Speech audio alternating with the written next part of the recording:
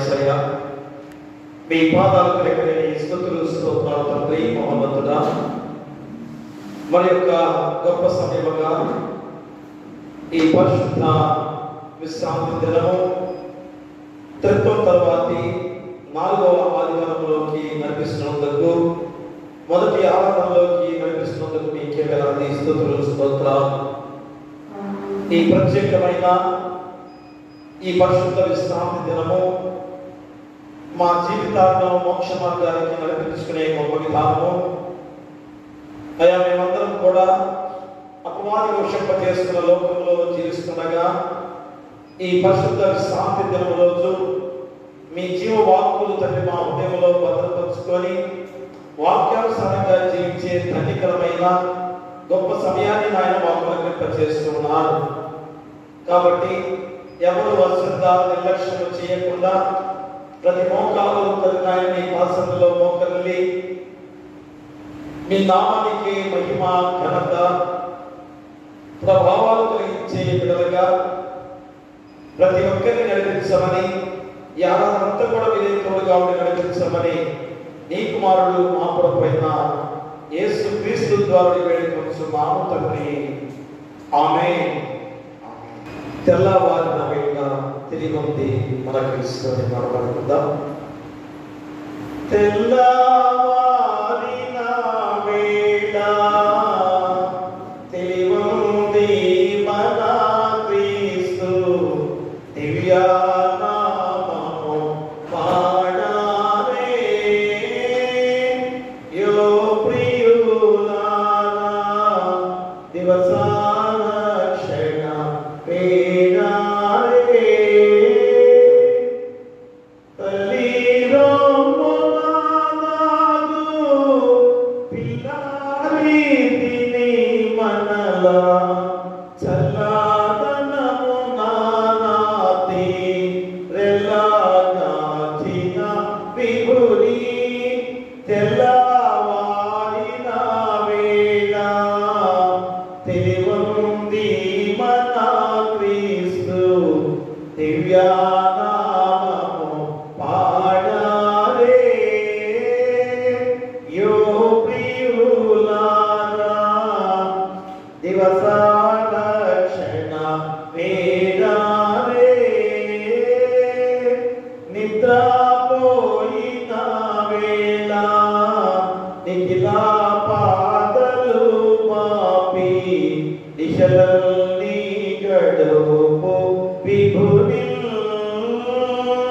భద్రముగా విలాపించి భయభక్తితో మనము ముద్రితాక్షులకేలు మోచి బ్రోకుచును.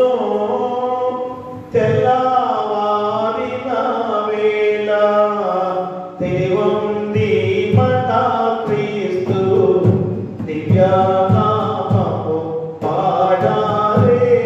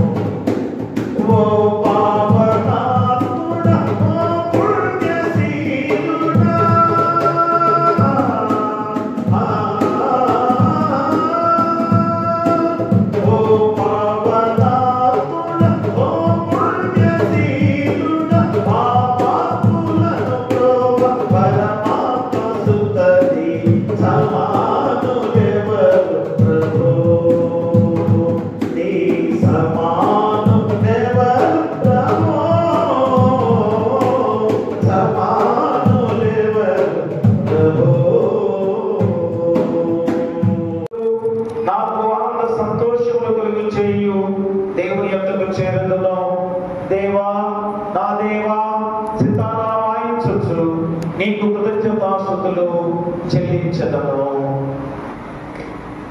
ప్రభునందు ప్రియులారా, యథార్థ హృదయముతో మన తండ్రి అయిన దేవుని సమీపించి ఆయన ఎదుట మన పాపలను ఒప్పుకొని మన ప్రభు అయిన యేసుక్రీస్తు పేరిట మనకు క్షమాపణ దయచేయమని వేడుకొందాము. ప్రభువు నామము వలననే మనకు సహాయము కలుగుచున్నది.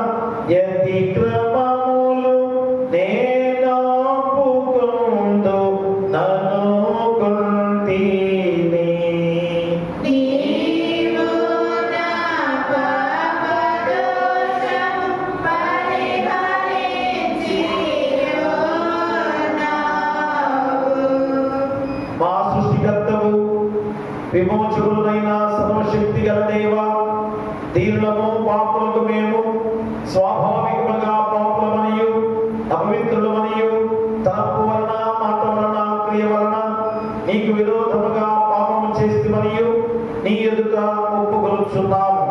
కావున మేము మా ప్రభువైన యేసుక్రీస్తు నిమిత్తమున నీ కృపను వెదకుచు వేడుకొనుచు మితిలేని కనికరం గల నీ యొద్దకు ఆశ్రమకై వచ్చుచున్నాము. మా కొరకు చనిపోటకై నీ జంతైన కుమారునిచ్చిన మిగులైన దేవ, మమ్మను కనికరించి ఆయన నిమిత్తమున మా సమస్త పాపములకు క్షమాపణ దయచేయము. మేము నీ కృప చేత నిత్య జీవం పొందినట్లు నిన్ను గురించి నీ చిత్తమును గురించి సరైన జ్ఞానమును నీ వాక్యమును తగిన విధేయతను మా యందు నీ పరిశుద్ధాత్మ వలన వృద్ధి పొందిపోమని మా ప్రభువైన యేసుక్రీస్తు ద్వారా వేడుకొనుచున్నాము. ఆమేన్. మన పరలోకపు తండ్రి సర్వశక్తి గల దేవుడు మనలను కనికరించి మన కొరకు చనిపోటకై తన కుమారునిచ్చి ఆయన మూలమున మన పాపలన్నిటినీ క్షమించుచున్నాడు. ఆయన నామందు విశ్వాసం ఉంచు వారికి దేవుని కుమారులకు అధికారం ఇచ్చొచ్చు, వారికి తన పరిశుద్ధాత్మను అనుగ్రహించును.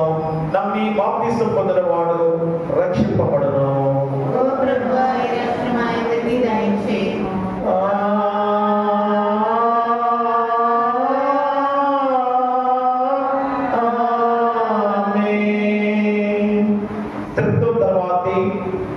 నాలుగవ ఆదివారం కొరకు ఏర్పాటు చేయబడ్డ ప్రారంభ గీతాన్ని చదువుకుందాం. యెహోవా నాకు వెలుగును రక్షణై ఉన్నాడు, నేనెవరికి భయపడదును. యెహోవా నా ప్రాణదుర్గము, ఎవరికి వెళ్తును? దుష్టులను నన్ను బాధించు శత్రువులను నా మీదికి వచ్చినప్పుడు వారు తొట్టిల్లిపోయింది. నాతో యుద్ధము చేయుటకు దండు దిగినను నా హృదయము భయపడదు.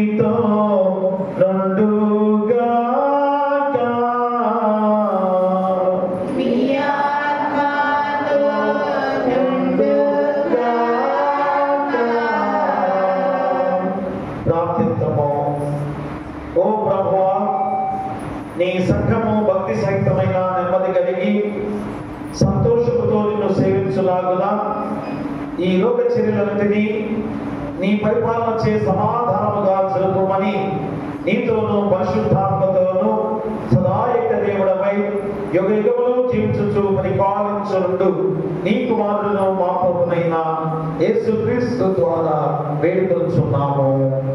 ఆమేన్. దయచేసి కూర్చోండి. మరి యొక్క ప్రాముఖ్యమైన సమయముగా దేవాది దేవుని మహాప్రభు చేత చరిత్రం తర్వాతి 4వ ఆదివారంలోకి ప్రవేశింప చేసిన దేవాది దేవునికి వందనాలు చెల్లించుకొని వచ్చిన మీ అందరికి కూడా నిండు వందనాలు తెలియజేసుకుంటూ ఉన్నాం. ఈరోజు మనకి ఇచ్చిన లేఖన భాగాలుగా పత్రిక పాఠ్య భాగము అపోస్తలుడైన పౌలు రోమీయులకు రాసిన పత్రిక 8వ అధ్యాయము 18 నుంచి 23 వచనాలు. అపోస్తలుడైన పౌలు రోమీయులకు రాసిన పత్రిక 8వ అధ్యాయము 18 నుంచి 23 వచనాలు. ఈ దినముగా ఏర్పాటు చేయబడిన పత్రికా పాఠ్యభాగము రోమీయులకు రాసిన పత్రిక 8వ అధ్యాయము 18 నుంచి 23 వచనాలు. మన ఎడల ప్రత్యక్షము కాకు మహిమ ఎదుట ఇప్పటి కాలపు శ్రమలు ఎన్నదరికని కావని ఎంచుచున్నాము. దేవుని కుమారుల ప్రత్యక్షత కొరకు సృష్టి మిగుల ఆశతో తేల్చుచు కనిపెట్టుచున్నది.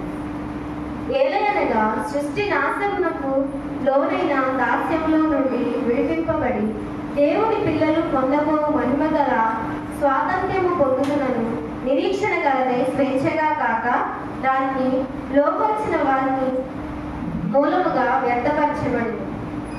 సృష్టి యావత్తు ఇది వరకు ఏకగ్రీవముగా మూలుగుచు ప్రసవ వేదన పడుచున్నదని ఎరుగుదు. అంతేకాదు ఆత్మ యొక్క ప్రథమ ఫలముల నొందిన మనము కూడా దత్తపుత్రాత్మ కొరకు అనగా మన దేహము యొక్క విమోచన కొరకు కనిపెట్టుచు మనలో మనము మూలుగుచున్నాము. ఇంతవరకు. హల్లెలూయా హల్లెలూయా హల్లెలూయా. సువార్త పాఠ్యభాగం నుంచి పరిశుద్ధైన లూకా రాసిన సువార్త 6వ అధ్యాయము 36 నుంచి 42 వచనాలు. పరిశుద్ధైన లూకా రాసిన సువార్త 6వ అధ్యాయము 36 నుంచి 42 వచనాలు. ఓ ప్రభువా నీకు మహిమ కలుగును గాక. ఏర్పాటు చేయబడిన సువార్త పాఠ్యభాగము లూకా సువార్త 6వ అధ్యాయం 36 నుంచి 42 వచనాలు ఇలాగ రాయబడి. కాబట్టి మీ తండ్రి కనికరం గలవాడై ఉన్నట్టు మీరును కనికరం గలవారై ఉండుడి. తీర్పు తీర్చకుడి, అప్పుడు మిమ్మల్ని గూర్చి తీర్పు తీర్చబడదు. నేరము మోపకుడి, అప్పుడు మీ మీద నేరం మోపబడదు. క్షమించుడి, అప్పుడు మీరు క్షమింపబడుదురు. ఇయ్యుడి, అప్పుడు మీకు ఇయ్యబడును. అనచి కుదిలించి దిగజారినట్లు నిండు కొలతను మనుషులు మీ ఒడిలో కొలుతురు. మీరు ఏ కొలతో కొలుతురో ఆ కొలతతోనే మీకు మరలా కొలవబడినని చెప్పెను. మరియు ఆయన వారితో ఈ ఉపమానము చెప్పెను. గుడ్డివాడు గుడ్డివానికి దారి చూపగలడా? వారిద్దరిని గుంటలో పడుగురు కదా. శిష్యులు తన బోధకుని కంటే అధికుడు కాడు. సిద్ధుడైన ప్రతివాడును తన బోధకుని వలె ఉండను. నీవు నీ కంటిలో ఉన్న దూలము ఎంచక నీ సహోదరి కంటిలో ఉన్న నలుసును చూడనేలా? నీ కంటిలో ఉన్న దూలమును చూడక నీ సహోదరితో సహోదరుడా నీ కంటిలో ఉన్న నలుసును తీసివేయనమని నీవిలాగూ చెప్పగలవు. వేషధారి, మొదట నీ కంటిలో ఉన్న దూలమును తీసివేయు, అప్పుడు నీ సహోదరి కంటిలో ఉన్న నలుసును తీసివేయటకు నీకు తేటగా కనబడు. ఇంతతో సువార్త పాఠ్యభాగం ముగించబడి ఉంది. ఓ క్రీస్తు నీకు స్తోత్రము కలుగును గాక. అందరం కలిసి అపోస్తల విశ్వాస ప్రమాణం చెప్పుకుందాం. భూమి ఆకాశములను సృజించిన సర్వశక్తి గల తండ్రి అయిన దేవుని నమ్ముచున్నా. ఆయన కుమారులను మా ప్రభువైన యేసుక్రీస్తును నమ్ముచున్నా. ఈ నా పరిశుద్ధాత్మ వలన గర్భవనాంతరింపబడి కన్య నా మరియకు పుట్టి ప్రతిపిలాపడి కావకుండా శ్రమపడి సిలువ వేయబడి చనిపోయి సమాధి చేయబడినయు అదృశ్యలోకంలోనికి దిగినయు చనిపోయిన వారి నుండి మూడవ దినమున లేచి పరలోకమునకెక్కి సర్వశక్తి గల తండ్రి యందు దేవుని కుడి చేతి వైపున కూర్చుని ఉన్నాడనియు సజీవులకును మృతులకును తీర్చుని కొట్టుడు వచ్చుననియు నమ్ముచున్నాను. పరిశుద్ధాత్మ నమ్ముచున్నాను. పరిశుద్ధ క్రైస్తవ సంఘమును పరిశుద్ధ సమాసమును పాపక్షమాపణయు శరీర పునరుద్ధానమును నిత్య జీవనమును నమ్ముచున్నాను. ఆమేన్.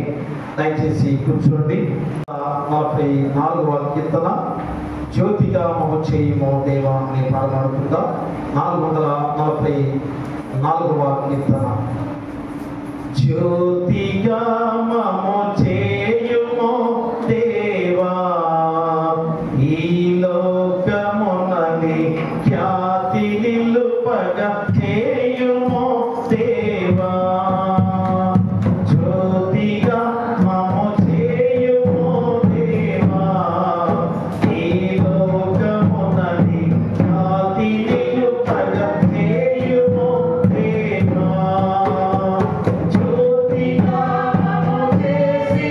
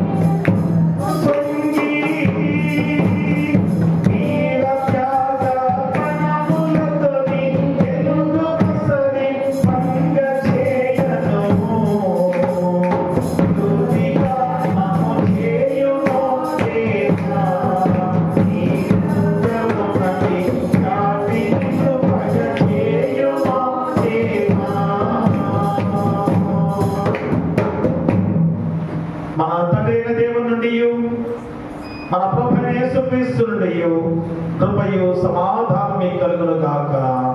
ఆమేన్. దయచేసి కూర్చోండి. ప్రియ దేవుని సంగమా బిడ్డలారా, మరి యొక్క గొప్ప సమయముగా ఈ పరిశుద్ధ విశ్రాంతి దినము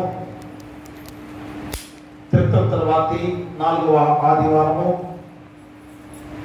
దేవుని మహాకృపాతిశయం చేత మరి 2 లేఖన భాగాల ద్వారా చక్కటి అంశంతో దేవాది దేవుడు ఈరోజు వాక్యాన్ని సిద్ధపరిచిన గొప్ప విధానం. అపోస్తలుడైన పౌలు ద్వారా రోమా సంఘము మరి దేవుని యొక్క ఆ ప్రత్యక్షత, మరి మనందరం కూడా ఆ దేవుని రాజ్యములో ప్రత్యక్షపరచుకోవాల్సిన బాధ్యత, దాని గురించి మనకి చెబుతూ మరి లోకంలో ఎన్నో శ్రమలు మనకు సంభవించిన దాన్ని ఓర్చుకొని సహించుకొని ఆ యొక్క దేవుని రాజ్యంలో ప్రత్యక్షపరుచుకునే మహిమ శక్తివంతులుగా ఉండబోతున్నామన్న నిరీక్షణ మనలో ఎంత శక్తిని మనకిస్తుందో, కాబట్టి మీరు అంతవరకు ఓర్పుతో ఉండండి అని అపోస్తలుడైన పౌలు ద్వారా రోమా సంఘానికి గుర్తు చేసిన గొప్ప మాటలు. మరి లూకా సువార్తికుల ద్వారా 6వ అధ్యాయంలో మనం గుర్తు చేసే ఈ గొప్ప మాటలు మరి మత్తయి సువార్తలో 5, 6, 7 వచ్చిన అధ్యాయాలలో కొండ మీద ప్రసంగం యేసుక్రీస్తు వారు ఏ రీతిగా బోధించిన గొప్ప సత్యము ఈరోజు ఈ లూకా సువార్తికుల ద్వారా 6వ అధ్యాయంలో మనం చదువుకున్న లేఖన భాగాల్లో మనం గుర్తు చేస్తున్నారు. అంటే మన జీవిత విధానము, క్రైస్తవ జీవిత నియమాలు, మా క్రైస్తవ జీవితం యొక్క విలువలు మరి ఇవన్నీ కూడా పాటిస్తూ మనం జీవించాల్సిన బాధ్యత ఈరోజు మనపై ఉంది. ఎందుకనగా అలాంటి క్రైస్తవ జీవిత విలువలు పాటిస్తేనే మనము విమోచించబడతాము అని హెచ్చరిక చేస్తున్న వాక్యం. ఎందుకంటే ఈ దేహము, ఈ శరీరము విమోచించబడకపోతే పరలోక రాజ్యంలో నిత్యరాజ్య వారసులుగా ఉండనేరము అని ఖచ్చితంగా ఈ లేఖన భాగాలు మనకు తెలియజేస్తున్నాయి. కాబట్టి లోకంలో ఉన్న మనందరం కూడా ఎలాంటి విలువలు కలిగిన జీవితాన్ని కలిగి ఉండాలి, మన క్రైస్తవ విలువలు ఎంత గొప్పవి అని పదే పదే ఎన్నో సందర్భాల్లో మనం గుర్తు చేస్తున్న లేఖన భాగాల ద్వారా నేను తెలియజేశాను. కాబట్టి క్రైస్తవ విలువలను కాపాడుకోవాల్సిన బాధ్యత మనపై ఉంది. ఎవరికి లేని బాధ్యత మనకుంది. కాబట్టి ఆ విలువలను కాపాడే విధానంలో కొన్ని శ్రమలు మనకు సంభవించవచ్చు, మనకి కొన్ని శోధనలు మనకు ఎదురవచ్చు. అలాంటి శ్రమలు, శోధనలన్నీ కూడా ఎదుర్కొని ఎవరైతే ఆయన 2వ రాకడగా మన మధ్యకు వచ్చి మళ్ళా తిరిగి మనందరికి కూడా ఆయన రాజ్యంలో ప్రత్యక్షం చేసుకోబోతున్నాడో, అలాంటి మహిమ శక్తివంతులుగా మనందరం కూడా ఉండబోతున్నామో, దాని కొరకు ఓర్పుతో సహనముతో ఎదురు చూచేవారిగా ఉండండి అని ఈ యొక్క లూకా సువార్త ద్వారా కూడా చక్కటి మాటలు దేవుడు ఈరోజు గుర్తు చేస్తున్నాడు. కాబట్టి 2 లేఖన భాగాల ద్వారా చక్కటి అంశాన్ని దేవుడు ఈరోజు మనకు గుర్తు చేస్తున్నాడు. ఏమిటనగా దేవుని రాజ్య జీవిత నియమాలు పాటించడం ద్వారా విమోచన. మా దేవుని రాజ్య జీవిత నియమాలు పాటించడం ద్వారా విమోచన. చూడండి ఎంత చక్కటి మాటలు దేవుడు ఈరోజు గుర్తు చేస్తున్నాడు. చూడండి, దేవుని రాజ్య జీవిత నియమాలు. మా దేవుని రాజ్యంలో ఎలాంటి క్రైస్తవ జీవిత నియమాలు పాటిస్తే ఆ నియమాల ద్వారానే మనందరం కూడా మన శరీరము, మన దేహము విమోచించబడుతుంది అని గుర్తు చేస్తున్నదా. మరి శరీరము విమోచించబడటం అంటే అర్థం ఏంటి? మరి ఆత్మ విమోచించబడే గొప్ప విధానం ద్వారా రేపు మనమందరం కూడా దేవుని రాజ్యంలో నిత్య రాజ్య వారసులుగా ఉండే గొప్ప సమయం. అందుకనే మూల వాక్యంగా మనం చూసినట్లయితే అపోస్తలుడైన పౌలు రోమీయులకు రాసిన పత్రిక 8వ అధ్యాయంలో 23వ వచనాన్ని మనం చదువుకుందాం. అంతేకాదు ఆత్మ యొక్క ప్రథమ ఫలముల నొందిన మనము కూడా దత్తపుత్రత్వము కొరకు, అనగా మన దేహం యొక్క విమోచనము కొరకు కనిపెట్టుచు మనలో మనం మూలుగుచున్నాము. ప్రియ దేవులారా, ఆత్మ యొక్క ప్రథమ ఫలముల నొందిన మనము కూడా చూడండి ఎలాంటి ప్రతిఫలముగా మనము కూడా ఉన్నామని గుర్తు చేస్తున్నాడు. ఎందుకంటే యేసుక్రీస్తు వారు ఆ ప్రతిఫలంగా విమోచించబడిన దేవాది దేవుడిగా మానవుడిగా వచ్చిన యేసుక్రీస్తు వారిని మనం గుర్తు చేసుకుంటే అలాంటి ఆత్మ యొక్క ప్రతిఫలములు మనము కూడా పొందుకున్నాం. కాబట్టి మనము కూడా మరి ఆ యొక్క దత్తపుత్రత్వం కొరకు అనగా మన దేహం యొక్క విమోచన కొరకు కనిపెట్టొచ్చు మనలో మనం మూలుగుతున్నాము. కాబట్టి ఈ దేహము ఈ శరీరంతో ఎలాంటి పాప జీవితాలతో జీవిస్తున్నాము ఈ లోకంలో. కాబట్టి ఈ దేహము ఈ శరీరము విమోచించబడే వారిగా ఈ లోకంలో ఉండగానే మనం సిద్ధపడాల్సిన బాధ్యత. అప్పుడే ఆత్మ మన యొక్క పరలోక రాజ్యంలో ఎంత సంతోషంగా జీవించే జీవితాన్ని గుర్తు చేస్తున్న గొప్ప విధానం. కాబట్టి ప్రియా దేవుడారా, క్రైస్తవ జీవితంలో కావలసిన గుణ లక్షణాలు గురించి రోజు వాక్యము హెచ్చరిక చేస్తుంది. కాబట్టి దేహం విమోచించబడాలంటే మా క్రైస్తవ జీవిత నియమాలు ఖచ్చితంగా నువ్వు పాటించాలి. అదే రేపు దేవుని రాజ్యంలో నిన్ను మహిమ రూపంలో నిలబెట్టే గొప్ప ధన్యకరమైన సమయం. కాబట్టి ఈరోజు ఈ వాక్యం ద్వారా ఈ లక్షణాలు ఏ విధంగా నీలో ఉన్నాయో లేదో పరిశీలన చేసుకోవాలి.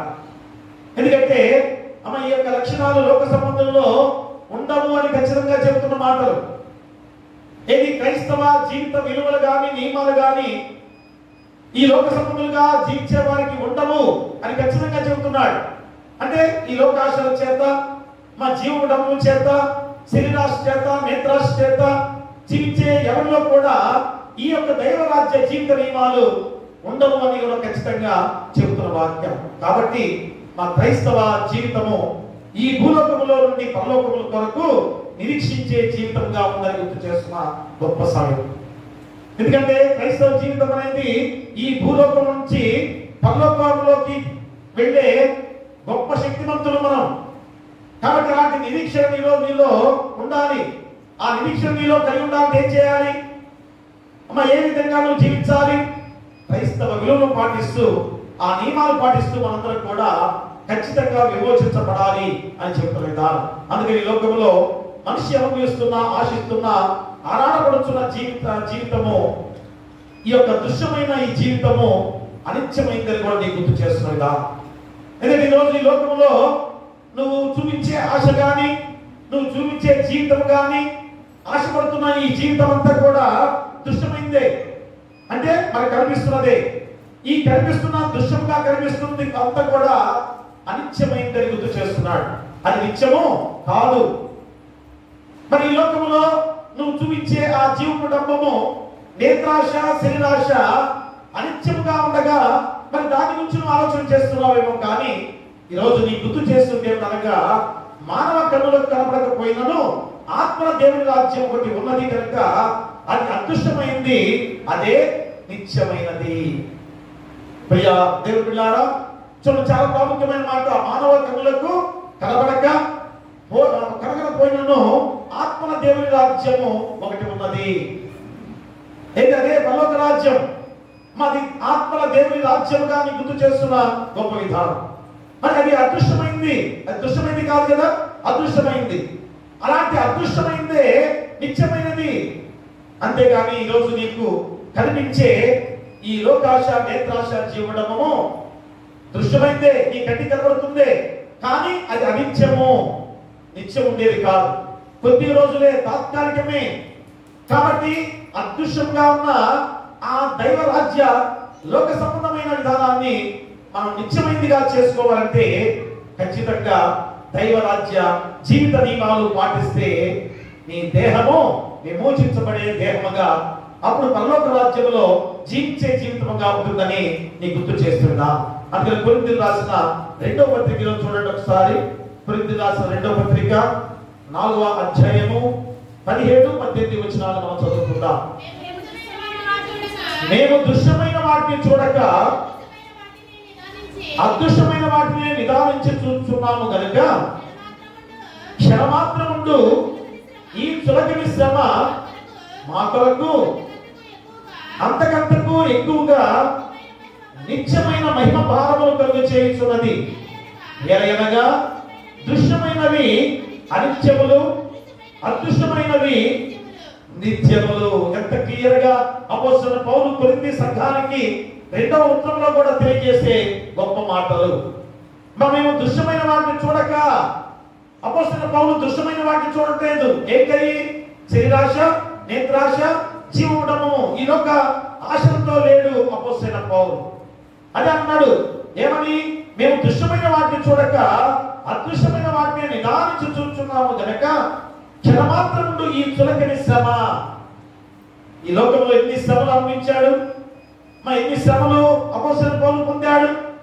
ఆ శ్రమలు మనం పడుతున్నామా? మరి అంతకన్నా యేసుక్రీస్తు వారు ఎన్ని శ్రమలు అనుభవించాడు, ఆ శ్రమలు మనం అనుభవిస్తున్నామా? కాబట్టి ఈరోజు మన శ్రమలు చాలా చులకనమైనవని గుర్తు చేస్తున్నాడు, చాలా తేలికమైనవని కూడా గుర్తు చేస్తున్నాడు. కాబట్టి ఆ శ్రమ మా కొరకు అంతకంతకు ఎక్కువగా నిత్యమైన మహిమ భారమును కలుగు చేయుచున్నది. ఏలైనగా దృశ్యమైనవి అనిత్యములు, అదృశ్యమైనవి నిత్యములు. అనగా మనకు కనిపించని అదృశ్యమైన ఆ పరలోక రాజ్యమే నిత్యమైనది. కాబట్టి ఈ లోకంలో దృశ్యమైనది అనిత్యము. మరి దాని కొరకు నువ్వు ఆశపడుతున్నావు, ఆరాటపడుతున్నావు. దాని కొరకే నీ జీవితాన్ని త్యాగం చేసేవారిగా ఉన్నావేమో ఈరోజు నేను ఆలోచన చేసుకోవాలి. అందుకనే మానవుడు జీవించేందుకు ఒక కారణం కావాలి. మానవుడిగా నువ్వు జీవించే జీవితము ఒక గురి అనేది నీకు కావాలి. ఒక గురిగా నువ్వు నిలుపుకోవాలి. క్రైస్తవుడిగా మన జీవితాన్ని ఒక గురి వద్దకే పరిగెత్తే వారిగా మనం జీవించాలి. అదే ఈరోజు మనందరం కూడా జీవించే జీవితమే గమ్యం లేకుండా ఏదో జీవిస్తున్నాములే అనే ధోరణితో మనం జీవిస్తున్నాం. అవునా? మా గమ్యం ఉందా? గమ్యం ఉన్నవారైతే ఎవరు కూడా ఈ శ్రమకు బాధపడరు. అమ్మాయి మనకు వచ్చే శ్రమను లెక్క చేయరు. ఎందుకని? ఈ శ్రమలు తాత్కాలికమే. ఈ శ్రమలు మనకి చాలా చులకనమైనవే. కానీ అసలైన మహిమ పొందుకునే ఆ నిత్యరాజ్య వారసుకుండే ఆ నిత్యమైన జీవితమే చాలా ప్రాముఖ్యమైన తెలుసుకొని ఉన్నట్లయితే ఎంత ఆనందం ఈరోజు మన జీవితాలకు. అది ఈరోజు మనం పొందుకోవాలి. అందుకని గుర్తు చేస్తున్నాడు ఏమని? నేను ప్రపంచంలో మనం ఒక వినూత్నమైన భావాన్ని చూస్తూ ఉన్నాం. ప్రతి ఒక్కరు కూడా ఒక వినూత్నమైన జీవితంతో జీవిస్తున్నాం. ఏంటది? మన నూతనమైన జీవితాన్ని దేవుడు మనకి ఇచ్చాడు. మనలో ఉన్న భావాన్ని తీసివేశాడు, శక్తివంతులుగా మార్చాడు. కాబట్టి ఈరోజు ఎంత శక్తివంతమైన జీవితాన్ని, క్రైస్తవ జీవితాన్ని పొందుకున్నాం.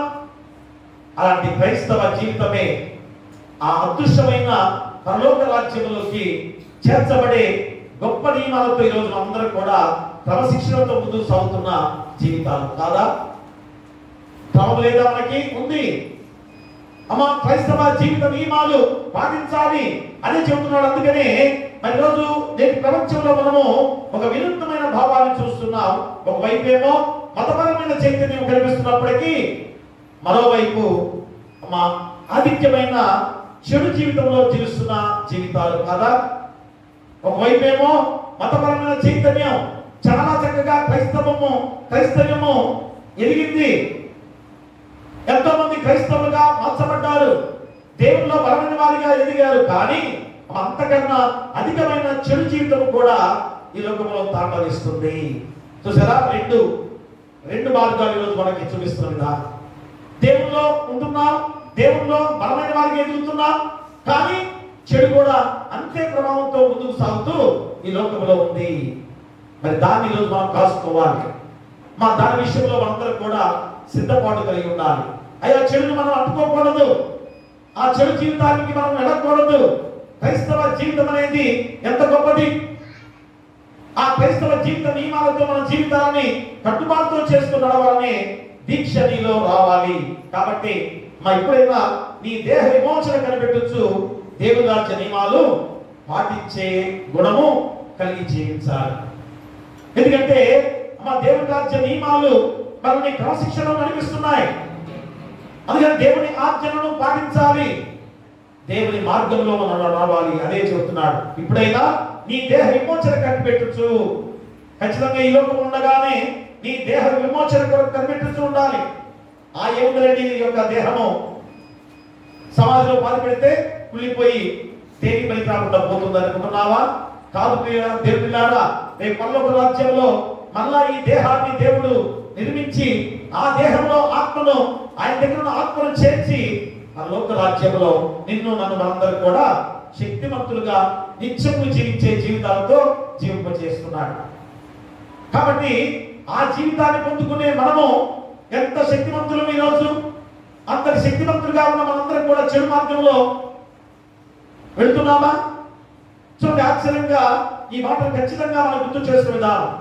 ఈరోజు క్రైస్తవ మార్గము, నియమాలు, కట్టుబాటుతో దేవుడు నడిపిస్తుండగా మరలా చెడు మార్గంలోకి ప్రయాణం చేస్తున్న వారిగా ఉన్నామా? మరి ఈ రోజైనా నీ క్రైస్తవ గుణశీలాన్ని ఖచ్చితంగా నువ్వు తెలుసుకోవాలి. నీ యొక్క క్రైస్తవ జీవిత లక్షణాలని మళ్ళా ఈ రోజు గుర్తు చేసుకోవాలి. కాబట్టి ఇప్పుడైనా కానీ నీ క్రైస్తవ్యము, నీ గుణశీలము మార్చకపోయినట్లయితే అది ఎంతో నిరర్థకమైందని కూడా గుర్తు చేస్తున్నాడు. ఈ లోకం ఉండగానే ఆ క్రైస్తవ నియమాలతో మనందరం కూడా శక్తివంతులుగా ముందుకు సాగకపోతే ఇక వ్యర్థము అని కూడా గుర్తు చేస్తున్నాడు. కాబట్టి మరి మనందరం కూడా క్రైస్తవ జీవిత ప్రవర్తన కలిగిన వారిగా జీవించి పరలోక రాజ్య నివాసులుగా ఈ లోకం ఉండగానే సిద్ధపాటు చేసుకోవాలి. ఇంకా సమయం ఉందిలే, చాలా టైం ఉందిలే, నేను అప్పుడు మారి మనసు పొందుకొని పరలోక రాజ్యానికి నిత్యరాజ్య వాసులుగా ఉంటానని నువ్వు అనుకుంటున్నావేమో. ఆ సమయం అయిపోయింది, ఇక సమయం లేదు. ఈ క్షణమే, ఏ క్షణమో. కాబట్టి ఖచ్చితంగా నీ సిద్ధపాటు ఈ రోజే ఉండాలి. ఈ వాక్యం ద్వారా నీ జీవితాన్ని సిద్ధం చేసుకోవాలి. అందుకనే దేవుని రాజ్య జీవిత నియమాలు పాటించడం ద్వారా నీ దేహ విమోచన అనేది ఈరోజు నీకు గుర్తు చేస్తున్నాడు. ఖచ్చితంగా ప్రియమరా, అలాంటి గొప్ప విమోచనను కలిగి ఉండాలంటే, నీ యొక్క దేహ విమోచన ఈ లోకంలో కలిగి ఉండాలంటే 2 అంశాలు చెబుతున్నారు. మొదటిది, ప్రత్యక్షము కాబో మహిమ కొరకు ఈ లోక శ్రమలను ఎన్నిక చేయక నీతి ప్రవర్తన కలిగి ఉండుట. మొట్టమొదటి ఏంటి? నీ యొక్క దేవుని రాజ్య జీవిత నియమాలు పాటిస్తూ ఆ పాటించే జీవితం ద్వారా ఖచ్చితంగా నీ దేహ విమోచన జరుగుతుంది. ఆ దేహ విమోచన కొరకు ఖచ్చితంగా నీతి ప్రవర్తన కలిగి జీవించే వాడిగా ఉండాలి. అలాంటి నీతి ప్రవర్తనతో జీవించాలంటే ఏం చేయాలి? ప్రత్యక్షము కాబో మహిమ కొరకు ఈ లోక శ్రమలను ఎన్నిక చేయవద్దు. ఈ లోక శ్రమలు ఏమాత్రం కూడా నువ్వు లెక్క చేయవద్దు. లోక శ్రమలు ఎప్పుడు కూడా నువ్వు ఆలోచన చేయవద్దు. ఎందుకని? అపవాది శ్రమ చేసుకున్న లోకంలో అపవాది శ్రమలే తీసుకొస్తుంది, కానీ నీ సంతోషాన్ని తీసుకొస్తుందా? లేదు కదా. కాబట్టి ఆ శ్రమలను నువ్వు లెక్క చేయకుండా దేవుడు ఏదైతే నీకు నియమాన్ని పాటించాడో, ఏవైతే గుణలక్షణాలు నీకు అనుగ్రహింపజేశాడో ఆ క్రైస్తవ గుణలక్షణాలతో నువ్వు మార్గంలో నడుస్తున్నట్లయితే ఆ శ్రమలు దేనికి కూడా పనికి రాకుండా పోతాయి. అదే ఈ మొదటి ఉపమిషన్ ద్వారా ప్రత్యక్షము కాబోవు మహిమ కొరకు ఈ లోక శ్రమలను ఎన్నిక చేయక నీతి ప్రవర్తన కలిగి ఉండుట. నీతి ప్రవర్తన కలిగి ఉండుట. ఎన్ని శ్రమలు వచ్చినా నీతిని తప్పవద్దు అని చెప్పడమే ఆ మొదటి అంశం. ఎన్ని శ్రమలు వచ్చినా కానీ నీతి తప్పవద్దు. మన పేదరాజులు అదే చేశాడు. ఎన్ని శ్రమలు వచ్చినా కానీ నీతి తప్పలేదు. కాబట్టి దేవదూతల చేత కొనుక్కోబడి అబ్రహాములను ఆనుకొని ఎంత దేదీప్యమైన శక్తివంతమైన జీవితం కలిగి ఉన్నాడో ఆ శక్తివంతమైన జీవితమే మనకు కూడా ఉన్నది. కాబట్టి ఈరోజు ఆ నీతి ప్రవర్తన కలిగి జీవించే వారికి ఉండాలని గుర్తు చేస్తూ చూడండి, ఇక్కడ రోమపత్రిక 8వ అధ్యాయము 18వ వచనాన్ని మనం చదువుకుందాం. మన ఎడల ప్రత్యక్షము కాబోవు మహిమ ఎదుట ఇప్పటి కాలపు శ్రమలు ఎన్నదగినవి కావని ఎంచుచున్నాము. ప్రియ దేవులారా, మన ఎడల ప్రత్యక్షము కాబోవు మహిమ ఎదుట ఎంత గొప్ప మహిమతో కూడిన జీవితాలు మనకు ఉన్నాయి. మరి ఆ ప్రత్యక్షత మనకి కనిపించబోతుంది. ఆ ప్రత్యక్షత దేవాది దేవుడు మళ్ళా 2వ రాకడ ద్వారా చూపించబోతున్నాడు. మరి ఇంతగా వాక్యం నీకు చెబుతున్నప్పుడు నువ్వేం చేయాలి? ఇప్పటి కాలపు శ్రమలు ఎన్నదగినవి కావని ఎంచుకోవాలి. ఇప్పుడు నీకు వచ్చే శ్రమని ఏమాత్రం లెక్క చేయవద్దు. ఆ గొప్ప విధానమే ఈరోజు అపోస్తలుడైన పౌలు, మా సమస్త సృష్టి దేవుని పిల్లలు పొందబోవచ్చు నా మహిమ కొరకు నిరీక్షించుచున్నది. ఆ మహిమాన్వితమైన నిరీక్షణ విషయంలో ఈ లోక శ్రమలు ఎన్ని వచ్చినా ఓర్చుకొని సహించి నీతి ప్రవర్తన కలిగి ఉండమని హెచ్చరిక చేస్తున్నాడు. చూసారా, సర్వ సృష్టికి చెబుతున్న లేఖ ఇది. మా సమస్త సృష్టికి కూడా అయ్యా మీరు దేవుని పిల్లలుగా ఉన్నారు కనుక మీరు పొందబోవు ఆ మహిమాన్వితమైన నిరీక్షణ కాపాడుకుంటూ నడవండి. అప్పుడే మన జీవితాలు మహిమరూపంతో మనందరూ కూడా దేవుని రాజ్యంలో ప్రత్యక్షం కాబోతున్నారు. ఇంకంతకనే ఏం కావాలి? ఆ యేసుక్రీస్తు వారు మానవుడుగా పరిపూర్ణ మానవుడుగా వచ్చాడు కదా. వచ్చిన యేసుక్రీస్తు వారు మళ్ళా తిరిగి 3వ దినాన లేచిన తర్వాత ఎలాంటి మహిమను పొందుకున్నాడు? యేసుక్రీస్తు వారు కనుక మహిమను పొందుకున్నాడు. అయ్యా మనం కాదు, ఈ మానవులుగా ఉన్న వారందరూ కూడా దేనికి పనికిరామని అనుకుంటున్నాం కదా. దేవుని శక్తి చేతనే నిర్మించాడు. మా దేవుని యొక్క మహిమ చేతనే నిన్ను ఈ లోకంలో సృష్టింపజేశాడు కనుక అదే మహిమ నీకు నాకు మనందరూ కూడా దేవాది దేవుని రాజ్యంలో కలగబో గొప్ప బాధ్యత తెలుగునా? కాబట్టి ఆ బాధ్యత నీవు నేను పొందుకున్నావు కనుక నువ్వు ఎలా ఉండాలి? నీతి ప్రవర్తనతో జీవించాల్సిన గొప్ప బాధ్యత నువ్వు పొందుకోవాలి, స్వీకరించాలి. తెలుగునా? అదే గుర్తు చేస్తున్నాడు. అందుకనే మనం ఏం చేయాలి? ఎన్ని శ్రమలు వచ్చినా కానీ ఓర్చుకుని సహించి నీతి ప్రవర్తన కలిగి జీవించాల్సిన బాధ్యత నీపై ఉంది. కొరింథీయులకు రాసిన 2వ పత్రిక చూడండి ఒకసారి. అపోస్తలుడైన పౌలు కొరింథీయులకు రాసిన 2వ పత్రిక 11వ అధ్యాయము 23 నుంచి మనం చదువుకున్నట్లయితే అపోస్తలుడైన పౌలుకి ఎన్ని శ్రమలు వచ్చాయో ఈరోజు మనం చూస్తే ఆ శ్రమ మనకేమైనా వచ్చాయా? మా చూడండి ఒకసారి 11వ అధ్యాయంలో 23 నుంచి మనం చదువుకున్నట్లయితే వారు క్రీస్తు పరిచారకుల వెర్రివాని వలె మాట్లాడుతున్నాను. నేను మరి ఎక్కువగా క్రీస్తు పరిచారకుడను మరి విశేషముగా ప్రయాసపడితిని. మరి అనేక పర్యాయములు చెరసాలలో తిని అపరిమితముగా దెబ్బలు తింటిని. అనేక మార్లు ప్రాణాపాయములో తిని యూదుల చేత 5 మార్లు ఒకటి తక్కువ 40 దెబ్బలు తింటిని. చూడండి 29 వచనాల వరకు కూడా మన ఇంటి దగ్గర చదువుకోండి. 29 వచనాల వరకు కూడా ఎన్ని శ్రమలు అపోస్తలుడైన పౌలు పొందాడో గుర్తు చేసుకుంటే మనం ఈరోజు కన్నీటితో మున్నీరుతో దేవుని పాదాల చెత్త పశ్చాత్తాపడాల్సిన బాధ్యత ఈరోజు మనపై ఉంది. ఎందుకని దేవుని సువార్త ప్రకటిస్తూ దేవుని మాటల్ని బోధిస్తూ ఎన్నో సంఘాలని దేవుని మార్గంలో నడిపించడానికి అపోస్తలుడైన పౌలు గారు ముందుకు సాగుతున్న ప్రయాణంలో చూడండి, యేసుక్రీస్తు వారు ఒకసారి కదా ఒకటి తక్కువ 40 కొరడా దెబ్బలు తింది కదా. కానీ అపోస్తలుడైన పౌలు ఎన్నిసార్లు చూడండి అక్కడ యూదుల చేత 5 మార్లు ఒకటి తక్కువ 40 దెబ్బలు తింటిని. 5 మార్లు చూసారా? మా యేసుక్రీస్తు వారు ఒకసారి అపోస్తలుడైన పౌలు 5 సార్లు 39 కొరడా దెబ్బలు తిన్న భయంకరమైన సంఘటన ఈ యొక్క వాక్యంలో మనం చూస్తున్నాం. ఇంకా 3 మార్లు గంటలతో కొట్టబడితిని, ఒకసారి రాళ్లతో కొట్టబడితిని, 3 మార్లు ఓడ పగిలి శ్రమపడితిని, ఒక రాత్రి పగళ్ళు సముద్రంలో గడిపితిని. అనేక పర్యాయములు ప్రయాణములలో నదుల వలనైనను ఆపదల్లో, దొంగల వలనైనను ఆపదల్లోను, నా స్వజనులైన ఆపదల్లోను, అన్యజనుల వలనైన ఆపదలలోను, పట్టణంలో ఆపదల్లోను, అరణ్యంలో ఆపదల్లోను, సముద్రంలో ఆపదల్లోను, కపట సహోదరుల వలన ఆపదల్లోనూ ఉంటుంది. ఎన్ని ఆపదలు అపోస్తలుడైన పౌలుకు వచ్చాయి కదా. భయంకర విషసర్పం చేతిని కాటేసింది. వారందరూ ఆశ్చర్యపోయారు. అక్కడ ఉన్న వారందరూ కూడా అయ్యా ఈ పాము చాలా ప్రమాదకరమైన పాము, దీని పైకెక్కిందంటే ఎవరో పాపం చేసిన వాడని వారందరూ కూడా అపోస్తలుడైన పౌలుని ఇతను పాపాత్ముడు అన్న రీతిలో అనుకొని పారిపోతున్నారు. వారందరూ కూడా ఈ సర్పం అతని మీద ఎక్కిందంటే పాపాత్ముడే.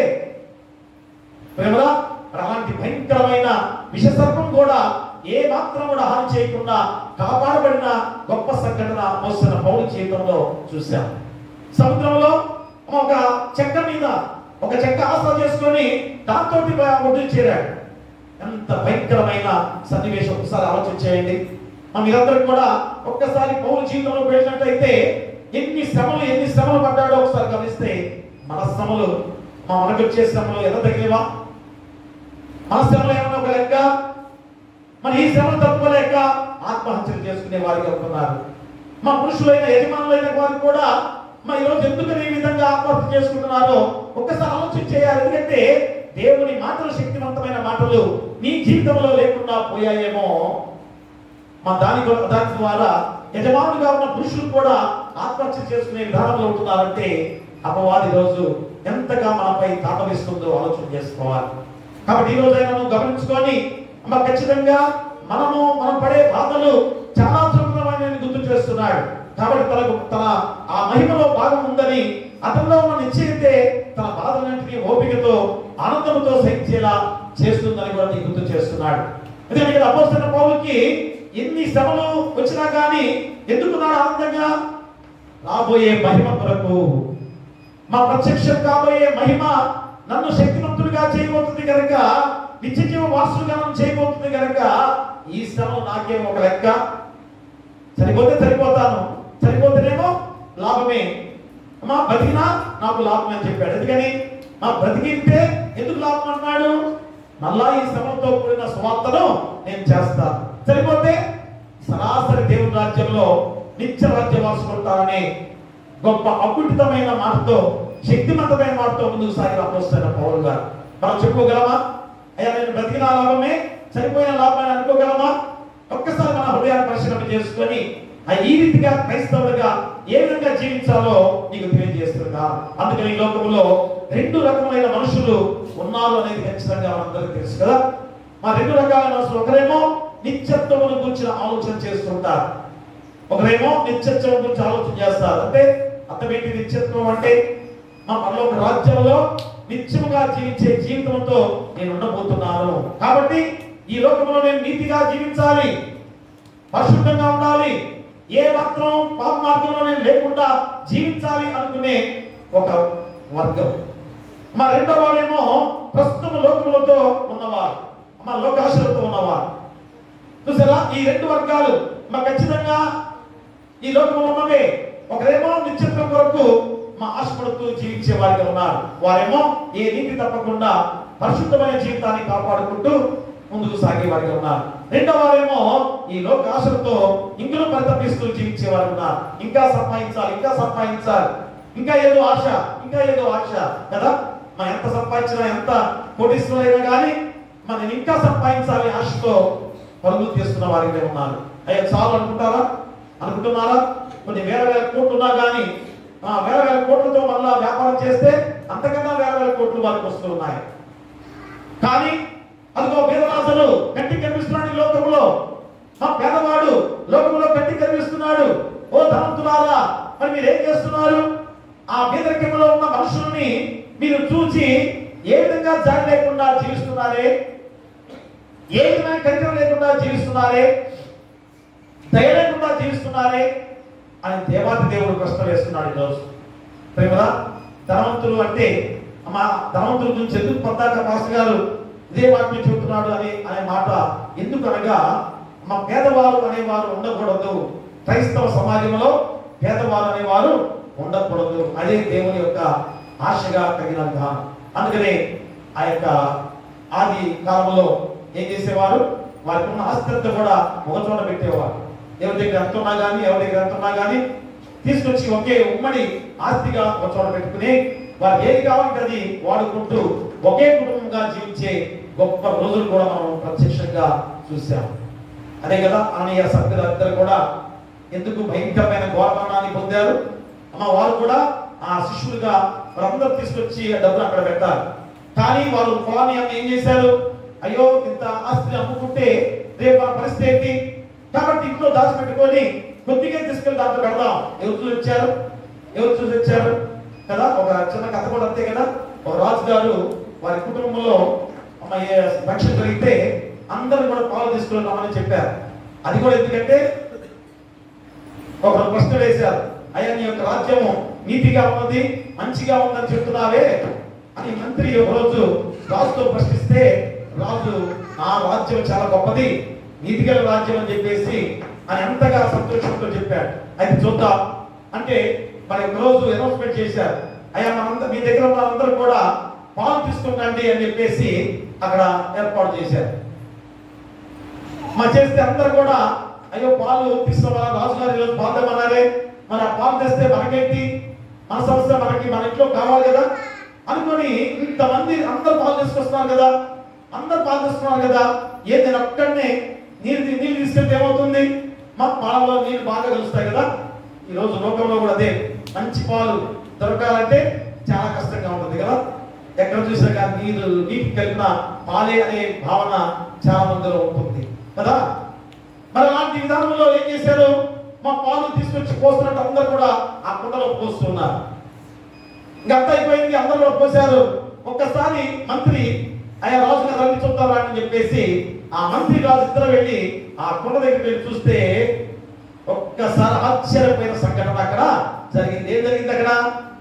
ఏ మాత్రం కూడా పాలు లేవు. ఏమున్నాయి అమ్మా? నీళ్లు మాత్రమే ఉన్నాయి. పాలు అసలు చుక్క పాలు కూడా లేవు. ఎందుకని? మా అందరూ అదే భావంలో, నేను నీళ్ళు తెస్తే ఏముందిలే, వారందరూ పాలు పోస్తున్నారు కదా, ఆ నీళ్ళు దాంట్లో కలిపితే ఎవరైనా చూసి వచ్చారా? చూడరా? అంటే ఈ లోకంలో మనం జీవించే జీవితం కూడా ఇలాంటి వేషధారణమైన జీవితంతో జీవిస్తున్నాం. అదే ఈరోజు అననీయ సప్ఫీరా కూడా ఆ రీతిగా తీసుకొచ్చి వారు ఆ కొద్దిగా ధనాన్ని దాంట్లో కలిపారు. ఇంత ధనంలో ఎవరికి తెలుసు అనుకున్నారు. కాబట్టి పేతురు వెంటనే అడిగాడు, ఓ అననీయ, ఇంతకైనా మీరు అమ్మింది అని ఎంతగా గద్దించి 2 సార్లు అడిగినా కానీ ఇంతకే అని ఖచ్చితంగా చెప్పాడు. ఓ అననీయ, పరిశుద్ధాత్మ దేవుడిని మోసపరుస్తున్నావా? అయ్యా, నీలోనే పరిశుద్ధాత్మ దేవుడు ఉన్నాడు, ఆ దేవుడిని చూడలేదా? మరి ఎందుకు ఇలాంటి అబద్ధమాడా అని ఒక్క మాట అనేసరికి అక్కడే మా పడి ప్రాణము విడిచి భయంకరమైన జీవితం కలిగిన విధానంలో శవాన్ని మోసుకుని పోయి పాతిపెట్టిన సందర్భం. అమ్మ, అక్కడ ఇంటి దగ్గర ఏం చేస్తుంది స్త్రీ? భార్య ఏం చేస్తుంది? సప్ఫీరా ఆ డబ్బుకు కాపలా ఉంది, ఎవరైనా చూస్తారేమో అని ఆ డబ్బుకు కాపలా ఉంది. భర్త చనిపోయింది తెలియదు, పాతిపెట్టింది తెలియదు. మళ్ళా సప్ఫీరా కూడా వెళ్తే, ఓ సప్ఫీరా, నువ్వు కూడా ఈ పొలాన్ని ఇంతకే అమ్మారమ్మా అంటే, ఇంతకే రండి అని చెప్పి ఆమె కూడా ఖచ్చితంగా చెప్పింది. ఓ సప్ఫీరా, పరిశుద్ధాత్మ దేవుడిని మోసం చేయడానికి భార్య భర్త ఇద్దరు కూడా సహకరించారా? భార్య భర్తలు ఏక శరీరులు. అమ్మా, దేవుని మార్గంలో నడిచే విధానంలో కానీ, నీతిగా జీవించడంలో కానీ మా ఒకే మనస్తత్వం కలిగి ఉండాలి. కానీ చెడు మార్గంలో ప్రయాణం చేసే విధానంలో ఇద్దరు ఏకంగా చెప్పిన సందర్భం. అంటే ఈరోజు లోకం కూడా అలాంటి స్థితిలో ఉన్నది. భార్య భర్తలుగా మా ఏక శరీరులుగా జీవించాల్సిన బాధ్యతలో వారు తప్పుడు మార్గాన్ని ఎంచుకుని దేవుని విరుద్ధంగా జీవిస్తున్నారేమో. దాని ద్వారా కుటుంబాలు ఎంతగా పతనమైపోతున్నాయి. మా బిడ్డలుగా ఎంతమంది దేవుల్లో బలమైన వారిగా లేకుండా పోతున్నారో ఆలోచన చేసుకోవాలి. అందుకనే ప్రియ దేవుని బిడ్డలారా, మరి మానవ జీవితము పాపబంధకమైంది కనుక శ్రమ, బాధ, శాపం, మరణం వంటి వాటికి నిలయము ఖచ్చితంగా గుర్తు చేసుకోవాలి. ఎందుకంటే మానవ జీవితం అనేది పాపబంధకమైన వలయం. ఇది దాన్ని ఛేదించింది ఎవరు? యేసుక్రీస్తు వారే. ఎలాగా? ఆయన రక్తాన్ని పణంగా పెట్టి, ఆయన రక్తాన్ని ధారగా పోసి మన కొరకు ఆ రక్తంలో శుద్ధీకరింపజేసి మన దేహాన్ని విమోచింపజేసిన దేవుడు. కాబట్టి ఈ యొక్క దేహము పాపబంధకమైంది కనుక ఖచ్చితంగా నీకు శ్రమ వస్తుంది, బాధ కలుగుతుంది, శాపము, మరణం వంటి వాటికి నియమంగా ఉందని గుర్తు చేస్తున్న విధానం. అందుకని యోగు భక్తుడు ఎంత చక్కటి మాటలు గుర్తు చేస్తున్నాడు చూడండి ఒకసారి. యోగు గ్రంథంలో 5వ అధ్యాయం చూడండి ఒకసారి. యోగు గ్రంథము 5వ అధ్యాయము 6 నుంచి 9 వచనాలు చదవండి. 6 నుంచి 9 వచనాలు. శ్రమ ధూళిలో నుండి పుట్టదు, బాధ భూమిలో నుండి మొలవదు, నిప్పు రవ్వలు పైకి ఎగురున్నట్లు నరులు శ్రమానుభవము నకే పుట్టుచున్నారు. అయితే నేను దేవుని ఆశ్రయించుదును, దేవునికే నా వ్యాజ్యమును అప్పగించుదును. ఆయన పరిశోధింపజాలని మహాకార్యములను, లెక్కలేని అద్భుత క్రియలను చేయువాడు. ప్రియ దేవుడారా, శ్రమ ధూళిలో నుండి పుట్టదు, బాధ భూమిలో నుండి మొలవదు, నిప్పు రవ్వలు పైకి ఎగురున్నట్లు నరుడు శ్రమానుభవమునకే పుట్టుచున్నారు. చూసారా యోగు భక్తుల ద్వారా ఈరోజు ఈ యొక్క లేఖన భాగం. ఎందుకంటే యోగు నీతివంతుడే. నీతివంతుడు యోగు ఎలాంటి నిందలేని వాడు, దేవుల్లో బలమైన వాడు. కానీ ఆ అపవాది ఏం చేస్తుంది? యోగు చుట్టూరు తిరుగుతుంది. మరి దేవుడు అడిగాడు, ఓ అపవాది, ఎందుకైనా వీళ్ళు తిరుగుతున్నావు? ఎందుకు ఇలాగా శోధించడానికి ప్రయత్నం చేస్తున్నావు అంటే, అయ్యా నేను అందరూ చూస్తున్నాను, ఈ యోగు చాలా నీతిమంతుడిగా ఉన్నాడు, యోగు నా వైపు తిరగట్లేదు, అసలు నా వైపు చూడడం కూడా చూడలేదు, కాబట్టి నేను ఎలాగ బలహీనపరచాలని ప్రయత్నం చేస్తున్నా అంటే, ఓ అపవాది, నా యోగు విషయంలో నువ్వు ఏమీ చేయలేవు అంటే ఒక్కసారి వికటార్థం చేసి నవ్వింది అపవాది. మా పగలబడి నవ్వుతుంది. ఎందుకని? అయ్యా, నువ్వు శక్తివంతుడిగా నువ్వు ఆ యోగుకి అన్ని సమకూర్చావు. చక్కటి గొడ్లున్నాయి, గొర్రె మేకల మందలున్నాయి, ఐశ్వర్యం ఉంది, చక్కని బిడ్డలున్నారు, భార్య ఉన్నది, కుటుంబం అంతా కూడా ఎంతో సంపదతో తలదూగుతున్నారు కనుక సంతోషంగా నేను ఆరాధిస్తున్నా యోగు. కానీ అవన్నీ కూడా తీసివేయి. చూడండి, అపవాది ఎంత భయంకరంగా, ఎంత చక్కగా సున్నితంగా మా దేవుడితోనే ఈ రీతిగా సవాల్ చేసింది యోగు విషయంలో. అయ్యా, యోగుని కూడా తీసివేయి, నిన్ను ఆరాధిస్తాడేమో చూస్తాను అని దేవాది దేవుని దగ్గరే సవాలు విసిరిన అపవాది. మా దేవుడు శక్తివంతుడు, ఆయన సృష్టిస్తున్న మనుషులు ఆయన తెలియదా? ఆయన ద్వారా సృష్టించబడిన మనము శక్తివంతులమని ఆయనకి తెలియదా? నీకు తెలియదేమో, నాకు తెలియదేమో, మనందరికి తెలియదేమో, కానీ మా దేవుడికి తెలుసు.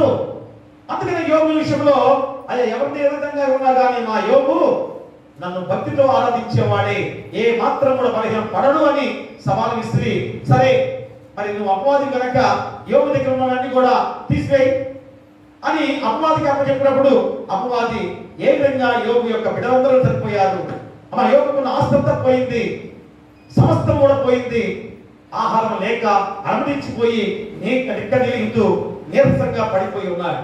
మా భార్య వచ్చేమంది, ఓ యోగు, ఓ భర్త, ఏమిటి అయ్యా, దేవుని ఇంతగా ఆరాధించే నీవు నీతివంతునిగా జీవించిన నీ జీవితము ఏమైపోయింది? మరి నీ దేవుడు నీకు ఏ విధంగా సహాయం చేస్తున్నాడు? మరి ఇంత బలహీనమైపోయి పడిపోయి ఉన్నావే, కాబట్టి నీ దేవుడిని దూషించి చావచ్చు కదా. స్త్రీ అనే మాటలేనా అమ్మ? స్త్రీ అనొచ్చు ఆ మాటలు? ఎంత బలహీనులైన ఘటముగా ఉన్న స్త్రీని అమ్మ హవ్వగా మొట్టమొదటిగా పాపంలోకి శాపంలోకి నడిపించిన స్త్రీగా హవ్వ ఈరోజు స్త్రీ జాతికే కళంకం తెచ్చిన స్త్రీగా ఉన్న విధానం కదా. ఒక బలహీనమైన ఘటమనే పేరు హవ్వ ద్వారా ఈరోజు పొందుకున్నారు మీరందరూ కూడా. కానీ అమ్మ ఈరోజు మళ్ళా యేసుక్రీస్తు వారి లోకంలో మానవుడుగా మరియమ్మ గర్భాన జన్మించి స్త్రీని ధన్యురాలుగా చేసిన గొప్ప విధానం. అంటే ఈరోజు మీ అందరూ కూడా శక్తివంతురాలుగా మారిపోయిన గొప్ప విధానం. అలాంటి స్త్రీని ఏం చేయాలి? భర్తగా పురుషుడిగా ఏదో పనులు చేసుకొచ్చి ఏదైనా కష్టపడుతూ ఒకవేళ ఏదైనా పాపంలో ఉన్నాడు అనుకోండి, తప్పు విధానంలో ఉన్నాడు అనుకోండి, భార్యగా నువ్వు చేయాల్సిన కర్తవ్యం ఏంటి? అయ్యా వద్దు, దేవుని మార్గంలో ఉందాం, దేవుని పనులతో ఉందాం, దేవుని యొక్క జీవితాన్ని కలిగి ఉందామనే సలహా నువ్వు ఇవ్వాలి. అంతేకాని ఇంకా నువ్వు రెచ్చగొట్టే మనస్తత్వాలు నీలో ఉండకూడదు. ప్రియ ఈరోజు భక్తులని రెచ్చగొట్టే స్త్రీలుగా వెళ్తున్నారు. మా రెచ్చగొట్టద్దు, వారి దేవుల్లో నడపాలి, ఓర్పుతో సహనంతో వారిని సమాధానం చేసేవారిగా స్త్రీ ఉండాలి. అది ఖచ్చితంగా మీరు నెరవేర్చాల్సిన విధానం. అప్పుడు యోగ విషయంలో కూడా ఆ భార్య వచ్చి, ఎందుకయ్యా నీ దేవుని ఆరాధిస్తున్నావు, నీ దేవుని దూషించి సరిపోవచ్చు కదా. అపవాది మళ్ళా స్త్రీ రూపంలో వచ్చి బలహీనపరచబోయింది. కానీ యోగ ఏమన్నాడు? ఆయనే ఈ దేహాన్ని, ఈ శరీరాన్ని ఈ సృష్టి ద్వారా నన్ను నిర్మించాడు, ఆయన ఇచ్చినదే ఆయన ఇచ్చాడు, ఆయనే తీసుకుంటాడు, నాకేంటి బాధ? ఆయన కదా ఇచ్చింది ఈ శరీరాన్ని, ఆయన కదా ఇచ్చింది నా జీవితాన్ని, మళ్ళీ ఆయన తీసుకుంటాడంటే నాకేం బాధ? అంటే యోగు జీవితము మళ్ళా నేను తిరిగి దేవుని రాజ్యంలో ఉండబోతున్నానని ముందుగానే తెలుసుకున్నాడు. మరి రోజు ఇంత వాక్యం తెలుసుకుని కూడా మళ్ళా గొప్ప జీవితం మనకుందనే ఆలోచనలో లేని వారిగా జీవిస్తున్నాం. అలా జీవించే విధానమే పాప జీవితంలో పోవడానికి కారణం కూడా. కానీ నేను నిత్యరాజ్య వాసులుగా నిత్య మహిమను పొందుకునే శక్తివంతుడిగా ఉంటాను అని తీర్మానం చేసుకుంటే మన ఇప్పుడున్న ఈ యొక్క జీవితంలో ఏ తప్పు ఏ పాపము మనము చేయలేము. కాబట్టి మా యోగు తిరిగి మళ్ళా ఏ తప్పు చేయని వాడిగా ఉన్నాడు కనుక తిరిగి అదే శక్తి పొందుకున్నాడు, అంతకన్నా రెండింతల శక్తి పొందుకున్నాడు. అన్నింటిలో మా ఆస్తి ఐశ్వర్యంలో, తన దేహదార్ఢ్యంలో కానీ అన్ని విషయాల్లో రెండింతల నేను పొందుకొని జీవించిన యోగి జీవితాన్ని రోజు మనందరం కూడా గుర్తు చేసుకోవాల్సిన బాధ్యత ప్రేమరా. కాబట్టి ఇప్పుడైనా కానీ మన యొక్క ప్రత్యక్షం కావు మహిమ కొరకు ఈ లోక శ్రమలు ఎన్నిక చేయక నీతి ప్రవర్తన కలిగి ఉండు. ఖచ్చితంగా ఈ లోక శ్రమలు ఏమి కూడా నువ్వు లెక్క చేయవద్దు. ఎందుకని రేపు రాబోయే మహిమ శక్తివంతులుగా ఉండబోతున్నావు కనుక నువ్వు ఏ పాపం చేయకుండా నీతి ప్రవర్తన కలిగి జీవించిన వాడిగా ఉంటే ఈ శ్రమలు ఏ లెక్కలు లేవు అనేది కూడా మీకు తెలియజేస్తున్నాడు. అప్పుడే తిరిగి పరలోక రాజ్యంలో నిత్య మహిమతో జీవించే గొప్ప జీవితం.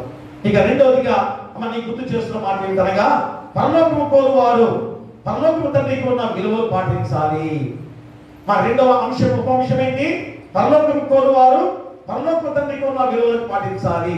అయ్యో పరలోకం పోతావా నరకానికి పోతావా అంటే ఏం చెప్తారు అందరూ? ఏం చెప్తారమ్మా? పరలోకమే కదా ఖచ్చితంగా చెప్తా. మరి పరలోకము కోరువారుగా ఉన్నాం కదా మనం. మరి పరలోకం కోరువారుగా ఉండే మనందరం కూడా ఏం చేయాలి? పరలోకము తండ్రికి ఉన్న విలువలు పాటించాలి. అదే విలువలు ఈరోజు లూకా సువార్త ద్వారా 6వ అధ్యాయంలో 36 నుంచి 38 వచనాలు ఒకసారి చదువుకుందాం. కాబట్టి మీ తండ్రి కనికరం గలవాడై ఉన్నట్టు మీరును కనికరం గలవాడై ఉండుడి. తీర్పు తీర్చకుడి, అప్పుడు మిమ్మల్ని గురించి తీర్పు తీర్చబడదు. నేరం మోపకుడి, అప్పుడు మీ మీద నేరం మోపబడదు. క్షమించుడి, అప్పుడు మీరు క్షమించబడుదురు. ఇవ్వుడి, అప్పుడు మీకు ఇవ్వబడును. అణచి కుదరించి దిగజారినట్లు నిండు కొలతను మనుషులు మీ ఒడిలో కొలుతురు. మీరు ఏ కొలతతో కొలుతురో ఆ కొలతతోనే మీకు మరలా కొలువబడునని చెప్పాను. ప్రియ దేవుడా, చూడండి, పరలోకము కోరు వారందరూ కూడా పరలోకము తండ్రికి ఉన్న విలువలు ఏమిటి? మా కనికరము, తీర్పు తీర్చకుండా ఉండే విధానము, ఇంకను ఏ విధంగా చూడండి అక్కడ క్షమించబడే గొప్ప గుణము. చూడండి, మూడు మాటలు ఈరోజు ఈ యొక్క రెండవ ఉపమిషన్ ద్వారా నీకు గుర్తు చేస్తున్నాడు. కనికరం చూపించాలి. మా లేని వాడి విషయంలో, పేదవాడి విషయంలో, లేకపోతే గాయాలతో ఉన్నవాడి విషయంలో. అదే కదా, ఒక మనుషుడు యెరూషలేము నుంచి ఎరుకపడటానికి దిగి వస్తుండగా మా దొంగలు కొట్టి ఆ యొక్క వస్త్రాలు దోచుకొని కొరవులతో వదిలిపెట్టి వెళ్ళిపోయారు కదా. మా కొరవులతో వదిలిపెట్టిపోయారు. దొంగలు వస్త్రాలు దోచుకోవడం ఏంటి? ఒక మనుషుల దగ్గర వస్త్రాలు దోచుకోవడం అంటే ఏంటి? వాసన చివరి వాసన కొట్టే వస్త్రాలు దొంగకి అవసరమా? ఏం చేసుకుంటాడు? దొంగతనం చేసే దేనికి ఖరీదైన వస్తువు దొంగిలించుకోవడానికి ప్రయత్నం చేస్తాడు. అంటే దొంగ ఎవరు? అపవాది. మా వస్త్రాలంటే ఏంటి? ప్రశస్త్రమైన వస్త్రము యేసుక్రీస్తు వారి ద్వారా ఆయన రక్తంలో కడగబడిన వస్త్రాలతో ధరించుకున్న ఈ వస్త్రాన్ని దొంగిలించుకుని పోయిన సందర్భాన్ని ఆ యొక్క ఉపమానం ద్వారా దేవుడు గుర్తు చేస్తుందా. అలాంటి వ్యక్తి ఏ విధంగా ఆ వస్త్రాలు దోచబడిన తర్వాత పరములతో కొట్టుబెట్టాడుతున్నప్పుడు అక్కడికి ఏ విధంగా ఇద్దరు వచ్చారు. ఇద్దరు కూడా చూశారు. అయ్యో మాకెందుకు, మేము అంటూ మాకు ముట్టుకుంటే మాకేమైనా పోతుందేమో అని చెప్పేసి నేను ముట్టుకోనని చెప్పేసి వెళ్ళిపోయిన వారు. యాజకుడు సైతం కూడా అయ్యో నేను ముట్టుకోనని చెప్పేసి వెళ్ళిపోయిన సందర్భం. కానీ ఒక సమరయుడు, మంటరాని వాడుగా ఉన్నవాడు వచ్చి ఏ విధంగా అయ్యో ఇతని గాయాలతో పడిపోయి ఉన్నాడే అని వెంటనే ఏం చేశాడు? జాలితో కనికరం చూపించి ఆ గుడ్డతో అన్ని చక్కగా మందు వేశాడు. ఎందుకంటే అప్పుడు ఆకులు కదా, అవన్నీ కూడా పిండి, రసం పిండి చక్కగా గాయాలు కట్టాడు. వెళ్ళి ఒక పూట వారి దగ్గర పెట్టి మళ్ళా నేను తిరిగి వచ్చిన తర్వాత మళ్ళా నీకు ఎంత నువ్వు ఖర్చు పెట్టావో అంత నేను నీకు ఇస్తాను. ఎంత గొప్ప మాటలు దేవుడు గుర్తు చేశారు. విమల, ఈరోజు మనం కూడా ఒకరిలో ఒకరు కనికరం చూపించే వారిగా ఉండాలి. మరి ఆ కనికరం చూపించేవారు మా ధన్యులుగా దేవుడు ఈరోజు గుర్తు చేస్తున్నా. అదే అగాపే ప్రేమ. మా యేసుక్రీస్తు వారు చూపించిన ప్రేమ అగాపే ప్రేమ. ఇంకను మా స్టోర్గే అనేది ఏంటి? స్నేహితుల మధ్య ఉండే ప్రేమ. ఎరాస్ అనేది భార్యాభర్తల మధ్య ఉన్న ప్రేమ. మరి అందరికన్నా మా భార్యాభర్తల మధ్య ప్రేమ కన్నా, స్నేహితుల మధ్య ప్రేమ కన్నా అగాపే ప్రేమ చాలా గొప్పది. ఎందుకని? దైవ ప్రేమను సూచించే ప్రేమ. ఎందుకంటే తన ప్రాణాన్ని త్యాగం చేసిన ప్రేమ. భార్యాభర్తల ప్రేమ అలా చేస్తారా? అయ్యో నా భర్త మరణించేటట్టున్నాను అంటే ఎవరో ఆటగాడితో చనిపోతున్నారు. కానీ మరి నిజంగా నా భర్త మరణించేటట్టున్నాడు కనుక అయ్యో నేను కూడా ప్రాణత్యాగం చేస్తానని వారు ఉన్నారా? నీటిలో పట్టుకుని పోతున్నారు. అయ్యో నాకు ఈత రాదు, అది కాపాడాలంటే నాకు ఈత రాదు కదా అని ఒడ్డునే ఉంటారు కదా. అయ్యో లేదు, అయ్యో పాపం ఆ పిల్లవాడు కొట్టుకుని పోతున్నాడే, నేను దిగి కాపాడాలి అనే మనస్తత్వము ఉంటుందా స్నేహితుల మధ్య? ఎంతో మంది చూశాం కదా. తెలియక ఎవరైనా గమనించడం దిగుతారేమో. కానీ కొంతమంది, చాలా మంది తెలిసిన వాళ్ళు అయ్యో నేను నాకు ఈత రాదు కదా, నేను దిగితే నేను కూడా కొట్టుకుపోతాను. ఇదిగో కరెంట్ అక్కడ ప్రశ్నించింది కాబట్టి కరెంట్ షాక్ కొట్టింది, మరి నేను కూడా వెళ్తే నాకు కూడా వస్తుంది కదా. అందుకని అయ్యో అనుకున్న అంతే చూస్తూ ఏమి సాయం చేయడానికి ఎలాగో కూడా లేకుండా పోయే స్థితిలో చనిపోయిన ఆ మనిషిని చూస్తామే. కానీ మా ప్రాణత్యాగం చేసి రక్షించే ప్రేమ ఎవరు చూపించారు? యేసుక్రీస్తు వారు తప్ప ఎవరు కూడా చూపించలేని ప్రేమలు. అందుకనే ఎరాస్ అనేది భార్య భర్తల మధ్య ఉన్న ప్రేమ, అలాగనే స్టోర్కే అనేది స్నేహితుల మధ్య ఉన్న ప్రేమ. కానీ అగాపే ప్రేమ, గ్రీక్ లో అగాపే అనే ఆ ప్రేమ మా క్రీస్తు ద్వారా మనము పొందుకున్న గొప్ప త్యాగపూరితమైన ప్రేమ. అలాంటి కనికరము నీలో ఉండాలి. మెర్సీ, మా కనికరము నీలో ఉండాలి. బాధలు ఉన్న వారి పట్ల ఎవరైతే దయా దాక్షిణ్యము, జాలి, కరుణ, వాత్సల్యత, అనుగ్రహత కలిగి ఉంటారో వారే కనికరము గలవారు. ప్రేమల మత్తయి సువార్త 5వ అధ్యాయంలో చాలా చక్కటి మాటలు అందరికీ తెలుసు. కొండ మీద ప్రసంగంలో మత్తయి సువార్త 5వ అధ్యాయంలో 7వ వచనంలో చెబుతున్నాడు చూడండి. కనికరము గలవారు ధన్యులు, వారు కనికరము పొందుతారు. ఎంతకన్నా ఏం కావాలి? మన యేసుక్రీస్తు వారు కొండ మీద ప్రసంగంలో కనికరము గలవారు ధన్యులు, వారు కనికరం పొందుదురు. దేవుని ద్వారా ఆ కనికరం పొందే ధన్యత మనందరికి ఇచ్చే దేవుడు. కాబట్టి మనము ఎదుటి వాడి మీద కనికరం చూపిస్తే దేవాది దేవుడు రేపు పరలోక రాజ్యంలో, ఆ మహిమ రాజ్యంలో నిన్ను మహిమాన్వితమైన శక్తితో కనికరింపబడే గొప్ప విధానం. ఇక రెండవది తీర్పు, జడ్జిమెంట్. మన తీర్పు తీర్చకుడి. చూసారా ఎంత గొప్ప మాట! తీర్పు తీర్చకుడి అని ఖచ్చితంగా నీకు చెబుతున్నాడు. ఎందుకంటే ఈ రోజు లోకంలో ప్రతి ఒక్కరు తీర్పు తీర్చేవారే. ఎదుటివాడి మీద తీర్పు తీర్చేవారికి ఉంటారు. కానీ నీ కంటిలో ఉన్న దూలాన్ని నువ్వు చూస్తున్నావా? మా ఎదుటివాడి కంట్లో ఉన్న నలుసును చూస్తున్నావే, కానీ నీ కంట్లో దూలం ఉంది. మరి ఆ దూలాన్ని చూడకుండా ఎదుటివాడి కంట్లో నలుసు చూస్తూ వాడు తప్పుడు వాడని ఏది చూపిస్తున్నా మనుషులుగా ఈరోజు జీవిస్తున్నారు. కాబట్టి ఏ వ్యక్తి కూడా సంపూర్ణ మంచితనము కలిగి ఉండలేదు. మరి నువ్వు ఎలా తీర్పు తీరుస్తావు? మా మానవుని తీర్పులో పక్షపాతం ఉంది. నీ భర్త అయితే, నీ భార్య అయితే ఒక రకంగా మాట్లాడతావు, నీ బిడ్డలైతే ఒక రకంగా మాట్లాడతావు. బయట వాడి మీద అయితే వాడు తప్పు చేశాడు అంట. అదే నీ కొడుకు తప్పు చేస్తే, నీ కుమార్తె తప్పు చేస్తే, అయ్యా మావాడు అసలు లేనే అక్కడ, ఇంకేం లేదు, అంతా ఎండింగ్ కదా, మావాడు లేనే అంటారు కదా. అంత తప్పు చేసినప్పుడు కూడా తల్లిదండ్రులుగా మీరు సమర్థిస్తే బిడ్డలు ఏమవుతారమ్మా? చెరిపోక ఏం చేస్తారు? తండ్రిగా తల్లిగా ఏం చేయాలి? ఖచ్చితంగా గద్దించాలి.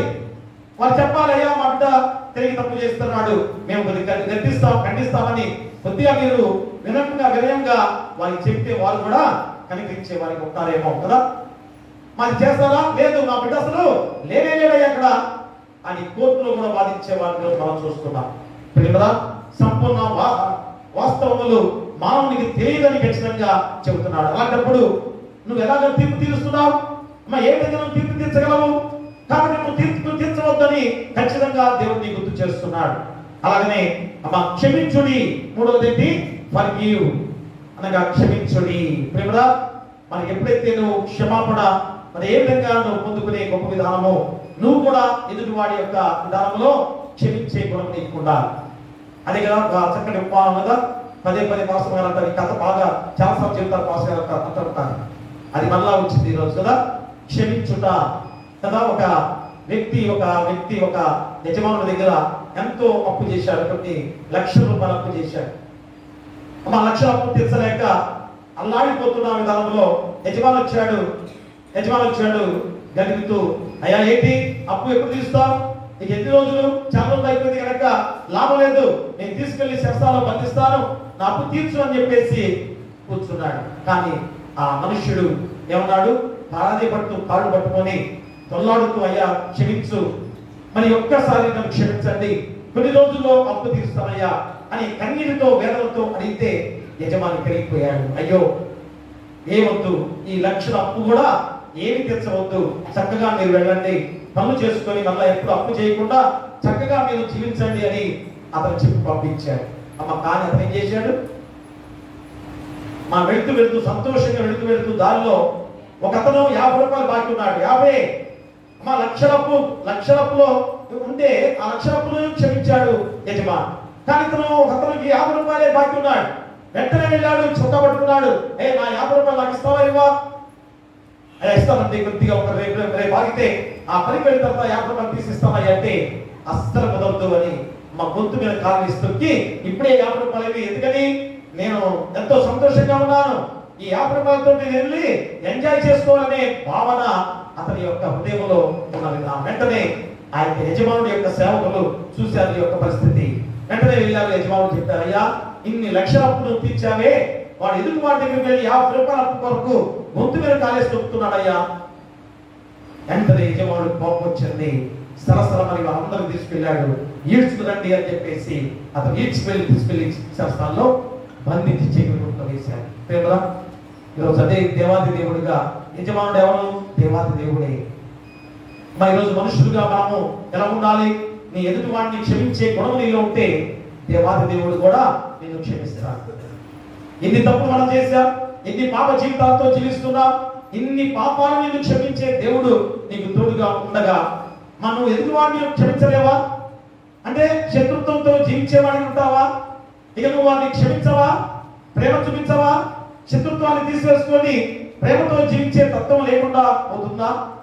అవి క్రైస్తవ జీవిత విలువలు అనేది గుర్తు చేస్తున్నాడు. మా శిష్యుల యొక్క విలువలని గుర్తు చేస్తున్నాడు. అందులో దేవుని రాజ్య జీవిత నియమాలు పాటించడం ద్వారా నీ దేహ విమోచన అవే ఈరోజు ఈ లూకాసు సువార్త ద్వారా చెబుతున్న మాటలు. అప్పుడు కూడా మళ్ళా చక్కని ఉపమానం కూడా చెప్పాడు. ఏమని? మరియు ఆయన వారితో ఉపమానం చెప్పాను, గుడ్డివాడికి దారి చూపగలరా? వారిద్దరూ గుండెలో పడదు కదా. మా గుడ్డివాడు వచ్చి ఇంకో గుడ్డివాడిని నేను కనిపిస్తా కదా అంటే ఏమవుతుంది? ఇద్దరు కూడా గుండెలో పడతారు కదా. అదే అంటాడు. రెండోదేంటి? ఆ శిష్యుడు తన బోధకుని కంటే అడుగులు కాదు, సిద్ధుడైన ప్రతి వాడును తన బోధకుని వలె ఉండదు. నీవు నీ కంటిలో ఉన్న దూరమును ఎంచక నీ సహోదరుని కంటిలో ఉన్న నలుసును చూడలేదా? నీ కంటిలో ఉన్న దూరమును చూడక నీ సహోదరులతో సహోదరుడా, నీ కంటిలో ఉన్న నలుసును తీసివేయనిమ్మని నీ వేలాన్ని చెప్పగలవు. వేషధారి, మొదట నీ కంటిలో ఉన్న దూరమును తీసివేయము, అప్పుడు నీ సహోదరుని కంటిలో ఉన్న నలుసును తీసివేయటం నీకు తేటగా కనపడను. ప్రేమరా, నీకున్న ఆ అందత్వము నీ కళ్ళకు బయలు తప్పే ఆ గుడ్డితనాన్ని తీసివేసుకొని ఇదిగో వేరొక గుడ్డివాడంటే అతనేంటి? కళ్ళు లేని వాడని కాదు. మా ఆత్మీయ గుడ్డితనం ఇక్కడికి చెప్పింది. అంతేగాని ఇద్దరు గుడ్డివారంటే కళ్ళు లేని వారిని కాదు. ఆత్మీయ గుడ్డితనం అనేది చెప్తున్నాడు. ఆత్మీయ జీవితంలో బలమైన వారికి ఎదిగిన వారు ఏం చేయాలి? ఎవరైతే ఆత్మీయంగా ఎదిగిన వారు ఉన్నారో వారు చేపట్టుకుని నడిపించాలి. అంటే అర్థమేంటి? క్రైస్తవులుగా ఈరోజు ఇంతమందిగా మనం అందరూ ఉన్నాం. ఎవరైతే దేవుల్లో ఇద్దరు నాయకులు ఉన్నారో, మా దేవుడు అంటే తెలియని వారికి ఉన్నారో వారిని నడిపించుకొని దేవుడి ఆలయానికి తీసుకురావాలి. వారిని కాపాడాలి. పరలోక రాజ్యంలో వారికి ఆశ్రయ స్థానం చేయబోతున్నామంటే ఎంత దీవెనకరము. కాబట్టి ప్రతి ఒక్కరూ కూడా పాప జీవితంతో ఉన్న వారిని కాపాడే విధంగా నువ్వు దేవుని వాక్యాన్ని బోధించేవారు ఉండాలి. మా పాస్టర్ గారు కాదు, అందరూ కూడా ప్రతి ఒక్కరూ కూడా ఏంటి బోధించేది? మా దేవుని వాక్యం అంటే ఈ విధంగా బోధించే విధానం కాదు.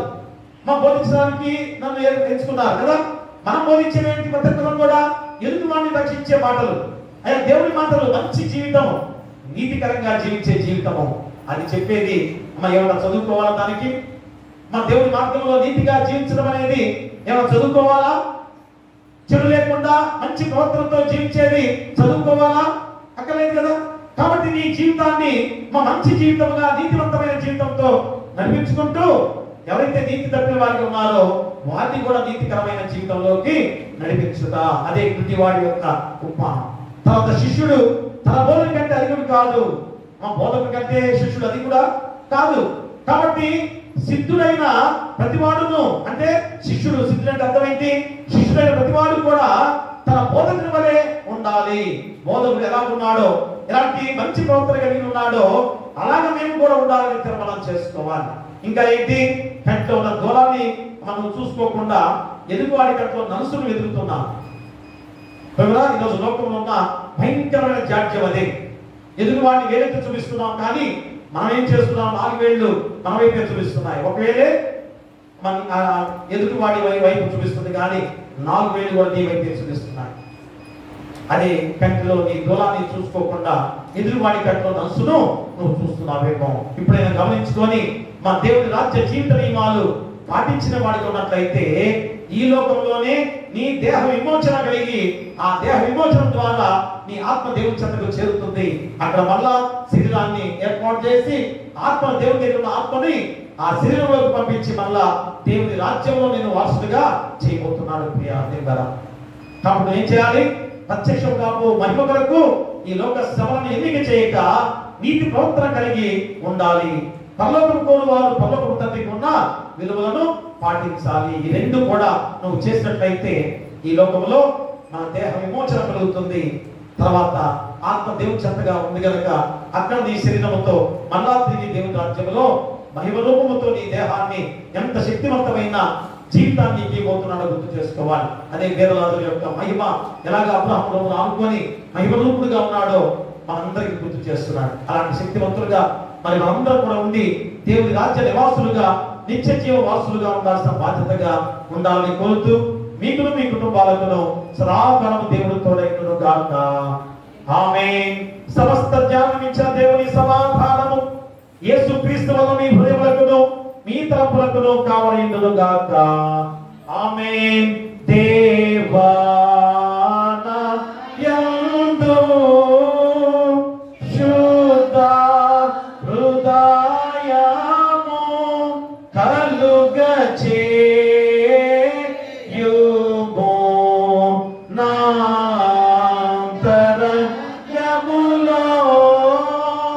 స్థిరమైన మనసును తనముగా పుట్టించుము. నీ సన్నిధానములో నుండి నన్ను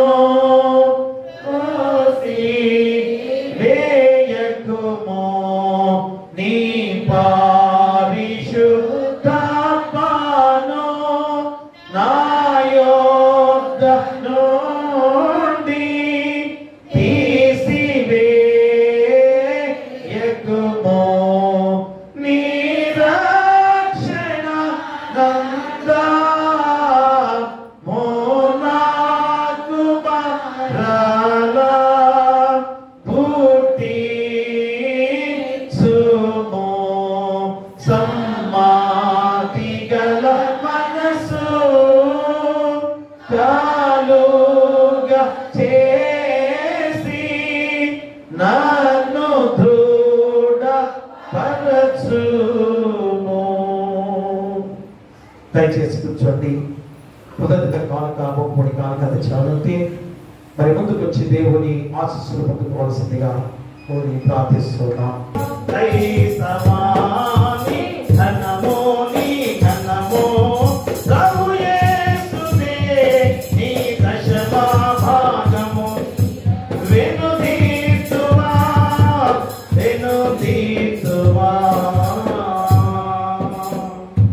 నీకీచు అర్పణలు నీవే మాకిచ్చితివి.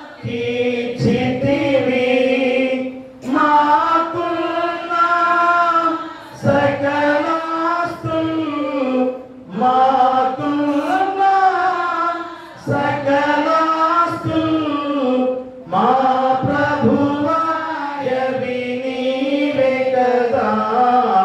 నీకీచు అర్పణలు విప్పుడు కైకొనుమా.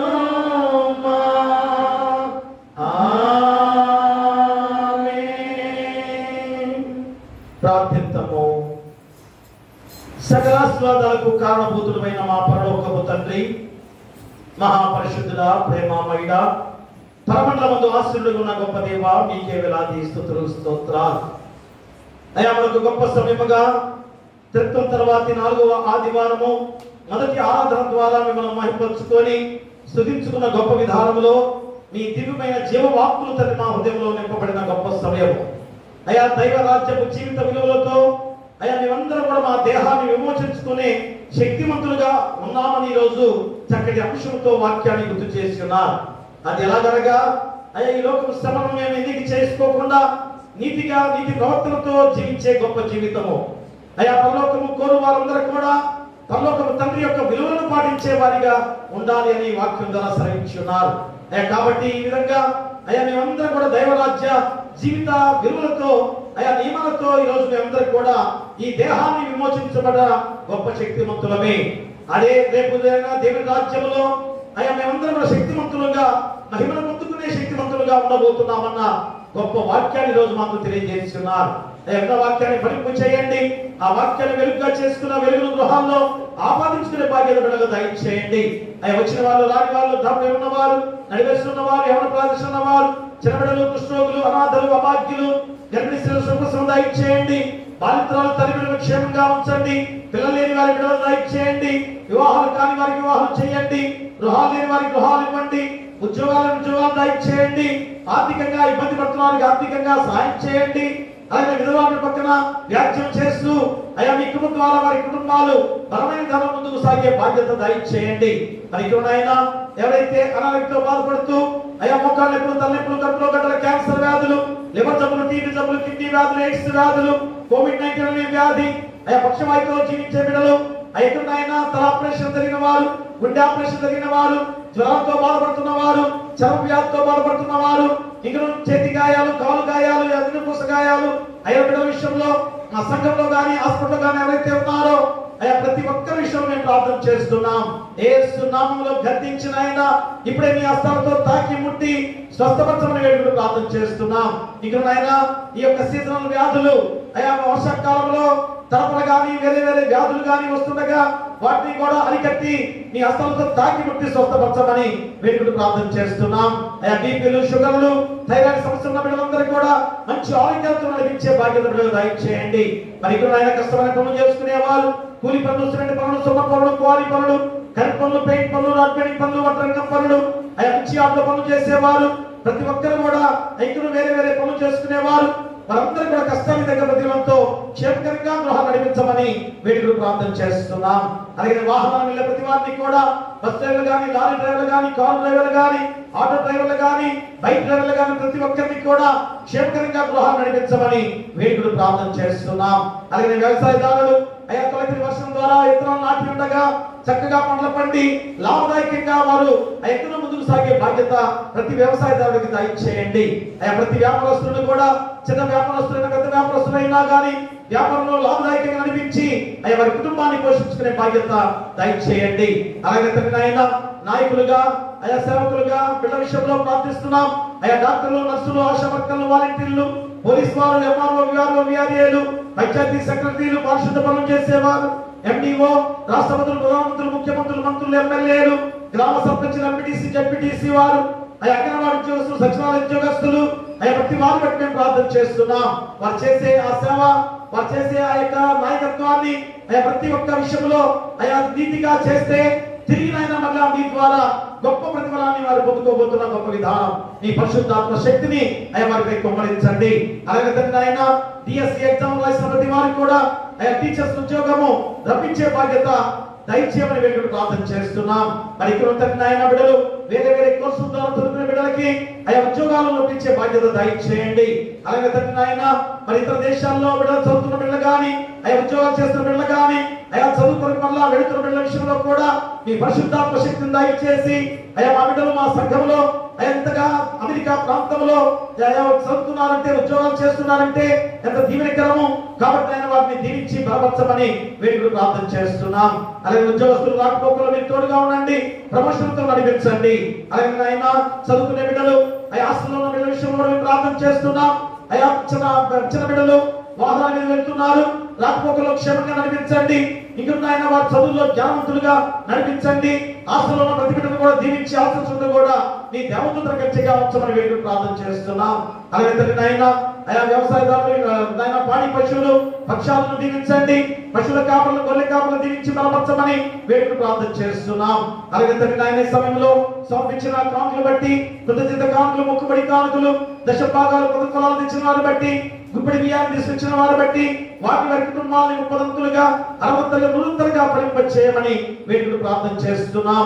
అలాగే తండ్రి నాయన మరి సూదుల శ్రావయ్య గారు మీ చెంతకు చేర్చబడిన విధానంలో అయ్యా వారి యొక్క సతీమణి శివమ్మ గారికి ధైర్యాన్ని ఇవ్వండి, వారి కుమారులకు కుమార్తెలకి ధైర్యాన్ని ఇవ్వండి, ఆదరణ దయచేయండి. వారి కుటుంబాన్ని అయ్యా ఆదరించి కుటుంబంలో అయ్యా బలమైన విధానంలో ముందుకు సాగాలని మీకు దయచేయండి. అలాగే మా సంఘంలో ఎలాంటి శోధన రానియకుండా ఐకమత్యంతో నడిచే బాధ్యతగా సమాధానంతో ఉండే గొప్ప విధానంలో మీ పరిశుద్ధాత్మ శక్తిని కుమ్మరించండి. అలాగే మా సంఘాన్ని అయ్యా డిలేట్ గారిని, సంఘ పెద్దలను, కుల పెద్దలను డెలిగేట్ గారిని, పిసిసి వారిని, అయా సర్వాధిని దీవించి బలపరచండి. అయా సంఘానికి అభివృద్ధి చేసే బాధ్యతలో ముందుకు సాగే బాధ్యత ప్రతి బిడ్డకు దయచేయండి. అలాగే నూతన దేవాలయ నిర్మాణ విషయంలో అయా నీ కృప ద్వారా అయ్యా ఖచ్చితంగా అది మొదలవ్వాలి తండ్రి. దాని ద్వారా మా సంఘము ఎన్నో దీవెనలు పొందుకోబోతున్నది నాయన. అటు కృప మా బిడ్డలపై దయచేయండి. కుమ్మరించిన ఆయన ముందుకు నడిపించే బాధ్యత బిడ్డలకు దయచేయండి.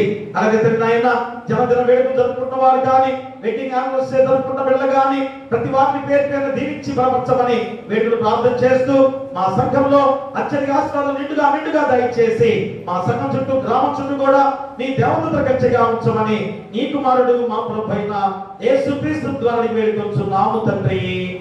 ఆమేన్. పరలోకమందున మా తండ్రి, నీ నామం పరిశుద్ధపరచబడును గాక, నీ రాజ్యం వచ్చును గాక, నీ చిత్తం పరలోకమందు నెరవేర్చిన భూమి యందు నెరవేరును గాక.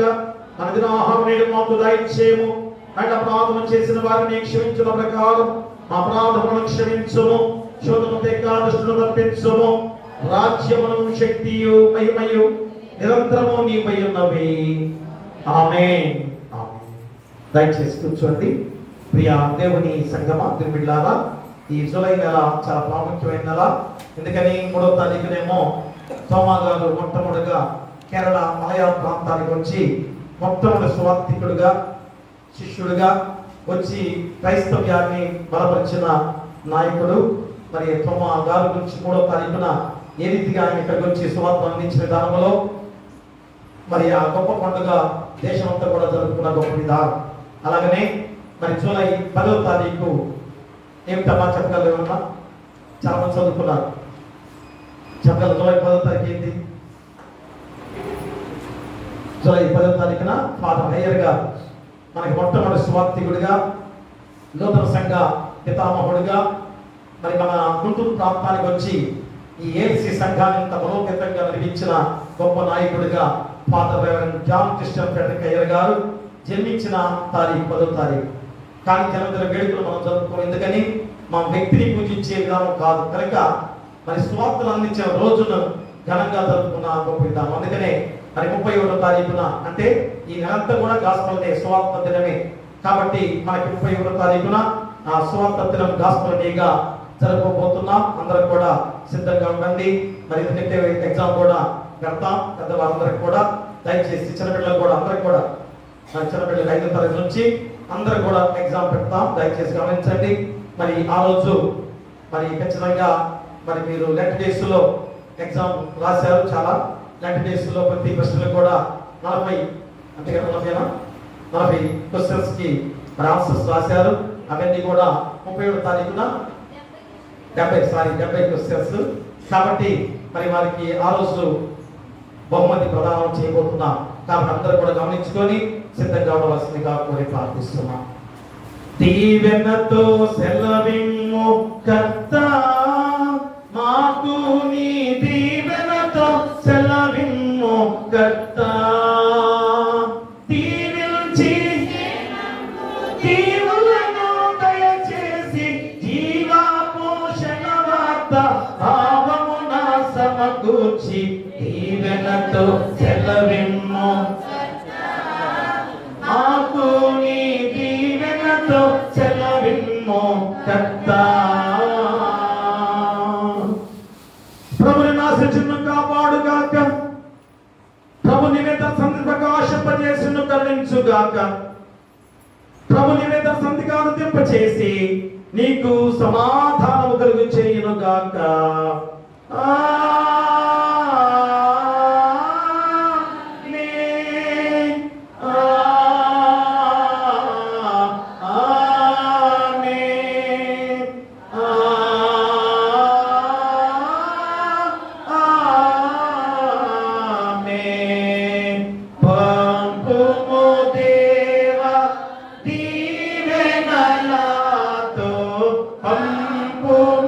దేవా